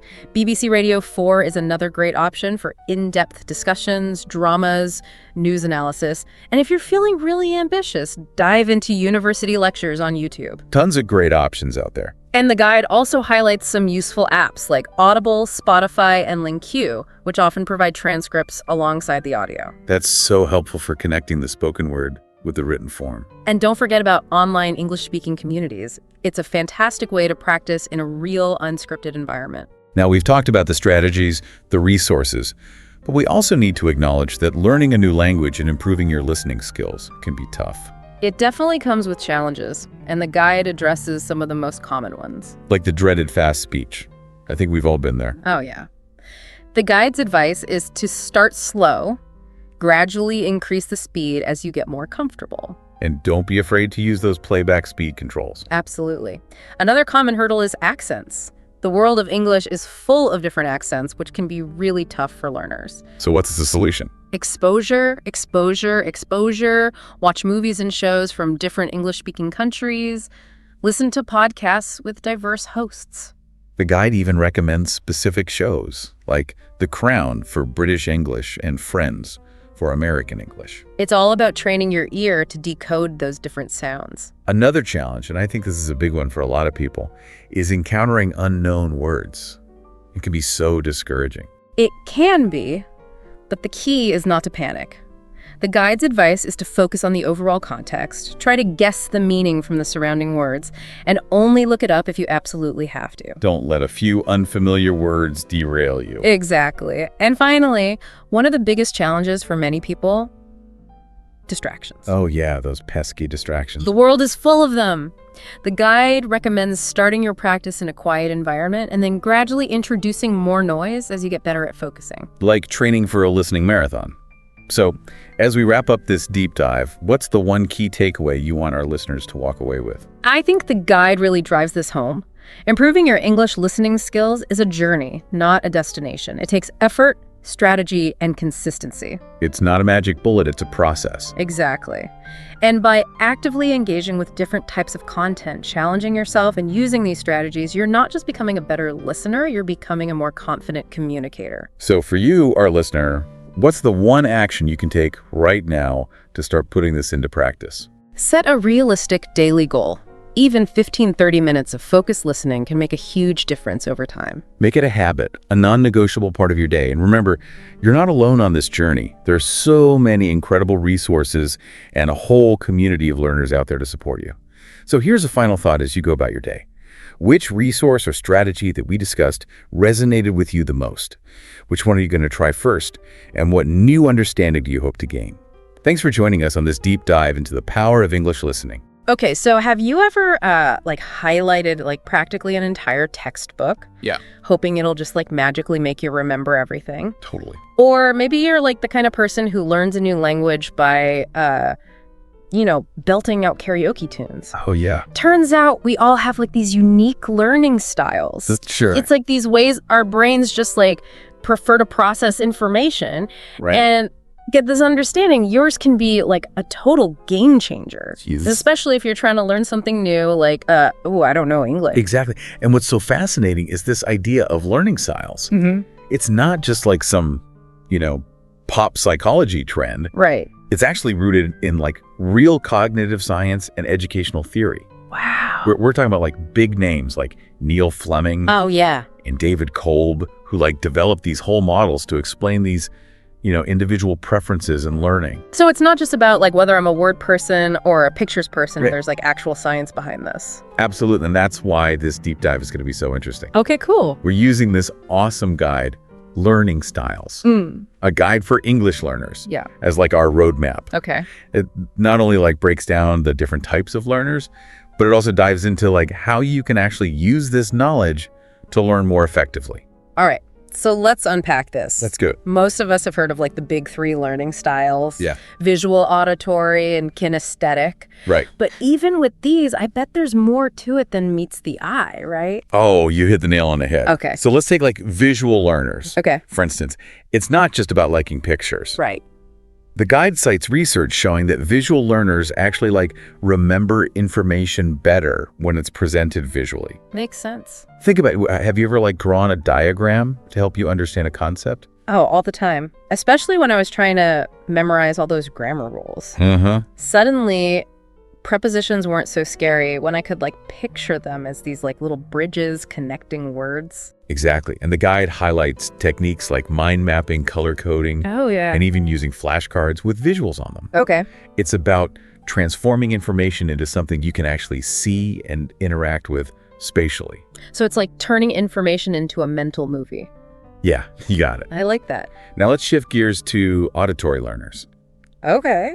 They thrive on sound, but it goes way beyond just listening to lectures. Yeah, I was going to say, I bet podcasts get a shout out here. Oh, they totally do. Okay. But what really caught my eye was this technique called shadowing. Shadowing. Yeah, where you listen to a native English speaker and try to mimic their pronunciation and intonation. Oh, wow. It's like learning a language by osmosis. That's so cool. I'm definitely going to have to try that. It's really cool. Okay, last but not least, we've got the kinesthetic learners. Right. The movers and shakers of the learning world. For them, hands-on isn't just a suggestion, it's a necessity. Right. They learn by experiencing, by literally getting their hands dirty, so to speak.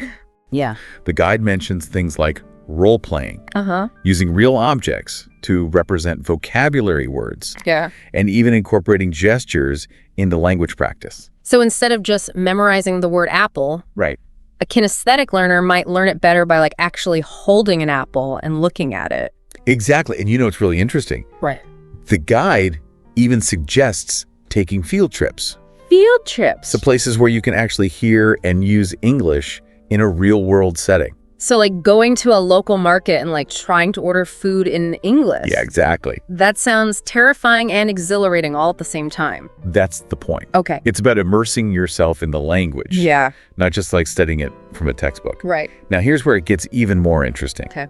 The guide goes beyond these classic three styles and introduces some additional learning preferences that are often overlooked. Ooh, like what? I'm intrigued. Yeah. What kind of hidden learning superpowers are we talking about here? Good question. Okay, so last time we left off with this like cliffhanger about hidden learning superpowers beyond like the, classic visual, auditory, and kinesthetic styles. Spill the beans. What other learning styles are out there? Well, get this. Some people are what the guide calls reading, writing learners. Reading, writing learners. They're all about like the power of the written word. Okay, that makes sense. Yeah. I definitely know people who seem to like absorb information best when they can like read it or write it down. Right. But how is that different from, say, a visual learner who likes using flashcards? It's a subtle but important distinction. Okay. Visual learners often focus on like the visual presentation of information, like using different colors or layouts to make things stand out. Right. But writing learners are drawn to like the language itself. Okay. The structure of sentences, the way words are used to convey meaning. So a reading writing learner might be the type who like loves diving into a good dictionary or like meticulously takes notes in the margins of their books. Exactly. And the guide suggests things like keeping a vocabulary journal. Oh, yeah. Where you not only like write down new words and definitions, but also try to use them in your own sentences. Oh, it's a classic technique for a reason. Yeah. It helps with both like memorization and application. Absolutely. And for like more advanced learners, the guide even suggests like translating texts back and forth between English and your native language. Okay. It's a challenging but effective way to deepen your understanding of like both languages. Whoa, that sounds intense, but also super rewarding. It can be. Okay, what about the social butterflies of the learning world? Oh, yeah. What makes someone a social learner? Social learners are all about collaboration and interaction. Okay. They thrive in group settings, bouncing ideas off others, Right. engaging in discussions. So basically the opposite of me trying to cram for a test Right. in the quiet corner of the library. Well, not necessarily opposite, but definitely a different approach. Okay. And the guide highlights the value of like study groups, Right. conversation clubs, even language exchange partners for social learners. I can see how that would be like super helpful for practicing speaking and listening skills. Yeah. But what if someone prefers to like fly solo when it comes to learning? Does the guide have any advice for them? Absolutely. The guide acknowledges that some people are solitary learners, Solitary learners. meaning they prefer to work independently Okay. and like create their own personalized learning environment. So they're the masters of like self-directed learning. Right. Creating their own curriculum, setting their own pace. Exactly. And the guide has some great suggestions for them, Okay. like utilizing self-study materials, Right. online courses, and language learning apps. Cool. It's all about like taking ownership of the learning process Right. and finding what works best for you. Now, you mentioned earlier that most people aren't just one pure learning style, Right. but often a blend of different preferences. Yeah. How does that play out in real life? Good question. Does the guide talk about how to figure out your own unique mix of styles? It does. And this is where things get really practical. Okay. The guide actually includes like a self-assessment section with questions to help you identify your dominant learning styles. So things like, do you prefer listening to a podcast or reading a transcript? Exactly. Yeah. And the key is not to get too hung up on labels. Right. The goal is to gain like a better understanding of your natural inclinations. Okay. So you can tailor your learning strategies accordingly. Okay, so let's say I've gone through the self-assessment and I've realized that I'm a visual learner Okay. with a dash of social learning sprinkled in. Right? What do I do with that information? Good question. How do I actually put it into practice? Well, that's what we're going to dive into in the next part of our deep dive. Okay. The guide is chock full of like specific strategies and techniques for each learning style. And even better, it gives tips on how to combine those approaches Okay. to create a truly personalized learning experience. Ooh, I can't wait. Stay tuned, folks. We'll be back after a quick break to reveal the secrets to maximizing your learning potential. I like it. All right, so welcome back. I'm ready to like unlock those learning secrets. We've explored this whole world of learning styles, and I'm starting to see how this knowledge can be like so powerful. Yeah. The beauty of like understanding your learning style is that it lets you take control of like your learning journey. Yeah. It's like having a personalized toolkit for your brain. I love that analogy. So let's dive into this toolkit. What kind of strategies does the guide suggest for actually applying this knowledge? Well, one of the most important takeaways is like the idea of combining learning styles. Remember, most of us aren't just one pure type, but like a blend of different preferences. So even if I'm like primarily a visual learner, I might benefit from incorporating some like auditory or kinesthetic techniques. Exactly. Think about it, like cooking. You might have a favorite ingredient, but the dish becomes truly delicious when you combine like different flavors and textures. The same goes for learning. Okay, so give me an example. How might a visual learner, who's also a bit of a social butterfly approach, learning new English vocabulary? Well, they might start by like creating flashcards with pictures and definitions, which taps into their visual strength. Right. But then they could take it a step further by like joining a conversation club or finding a language exchange partner to actually practice using those new words in real time, satisfying their social learning needs. So it's like layering different techniques to create like a richer, more multidimensional learning experience. Precisely. And the guide gives some really creative examples of how to do this. It mentions a kinesthetic learner who struggled with grammar concepts until they started using building blocks with words written on them Really? to physically manipulate sentence structures. Wow, that's brilliant. It takes something abstract like grammar and turns it into a hands-on activity. I can totally see how that would click for someone who learns best by doing. And that's the magic of this whole learning styles thing. It's about finding what works best for you and then customizing your approach. Right. And the guide also emphasizes the importance of being adaptable, right? Like our learning style might shift depending on the situation or what we're trying to learn. Absolutely. For instance, a social learner who thrives in group discussions might find that they need like a more solitary approach when studying for a big exam. That makes sense. It's about being flexible and using the tools that are most effective for each specific context. Right. And the guide even encourages experimentation. Don't be afraid to try something new and see if it works for you. You might be surprised at what you discover. So as we wrap up this deep dive, what's the big takeaway for our listeners? What's the one thing we want them to remember about learning styles? I think the most important message is that learning about your learning style is not about putting yourself in a box. It's about giving yourself permission to learn in the way that works best for you. It's about understanding your strengths, recognizing areas where you might need to adapt, and then having the confidence to create a learning experience that's truly personalized. Exactly, and the best part is this isn't just for students or language learners.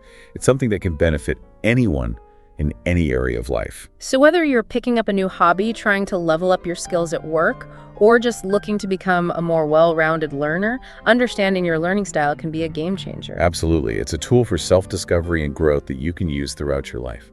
Well, there you have it, a deep dive into the fascinating world of learning styles inspired by Learning Styles, a guide for English learners. We hope this has given you some valuable insights and tools to enhance your own learning journey. And remember, learning is a journey, not a destination. So embrace your individual style experiment, have fun, and never stop exploring new ways to learn and grow.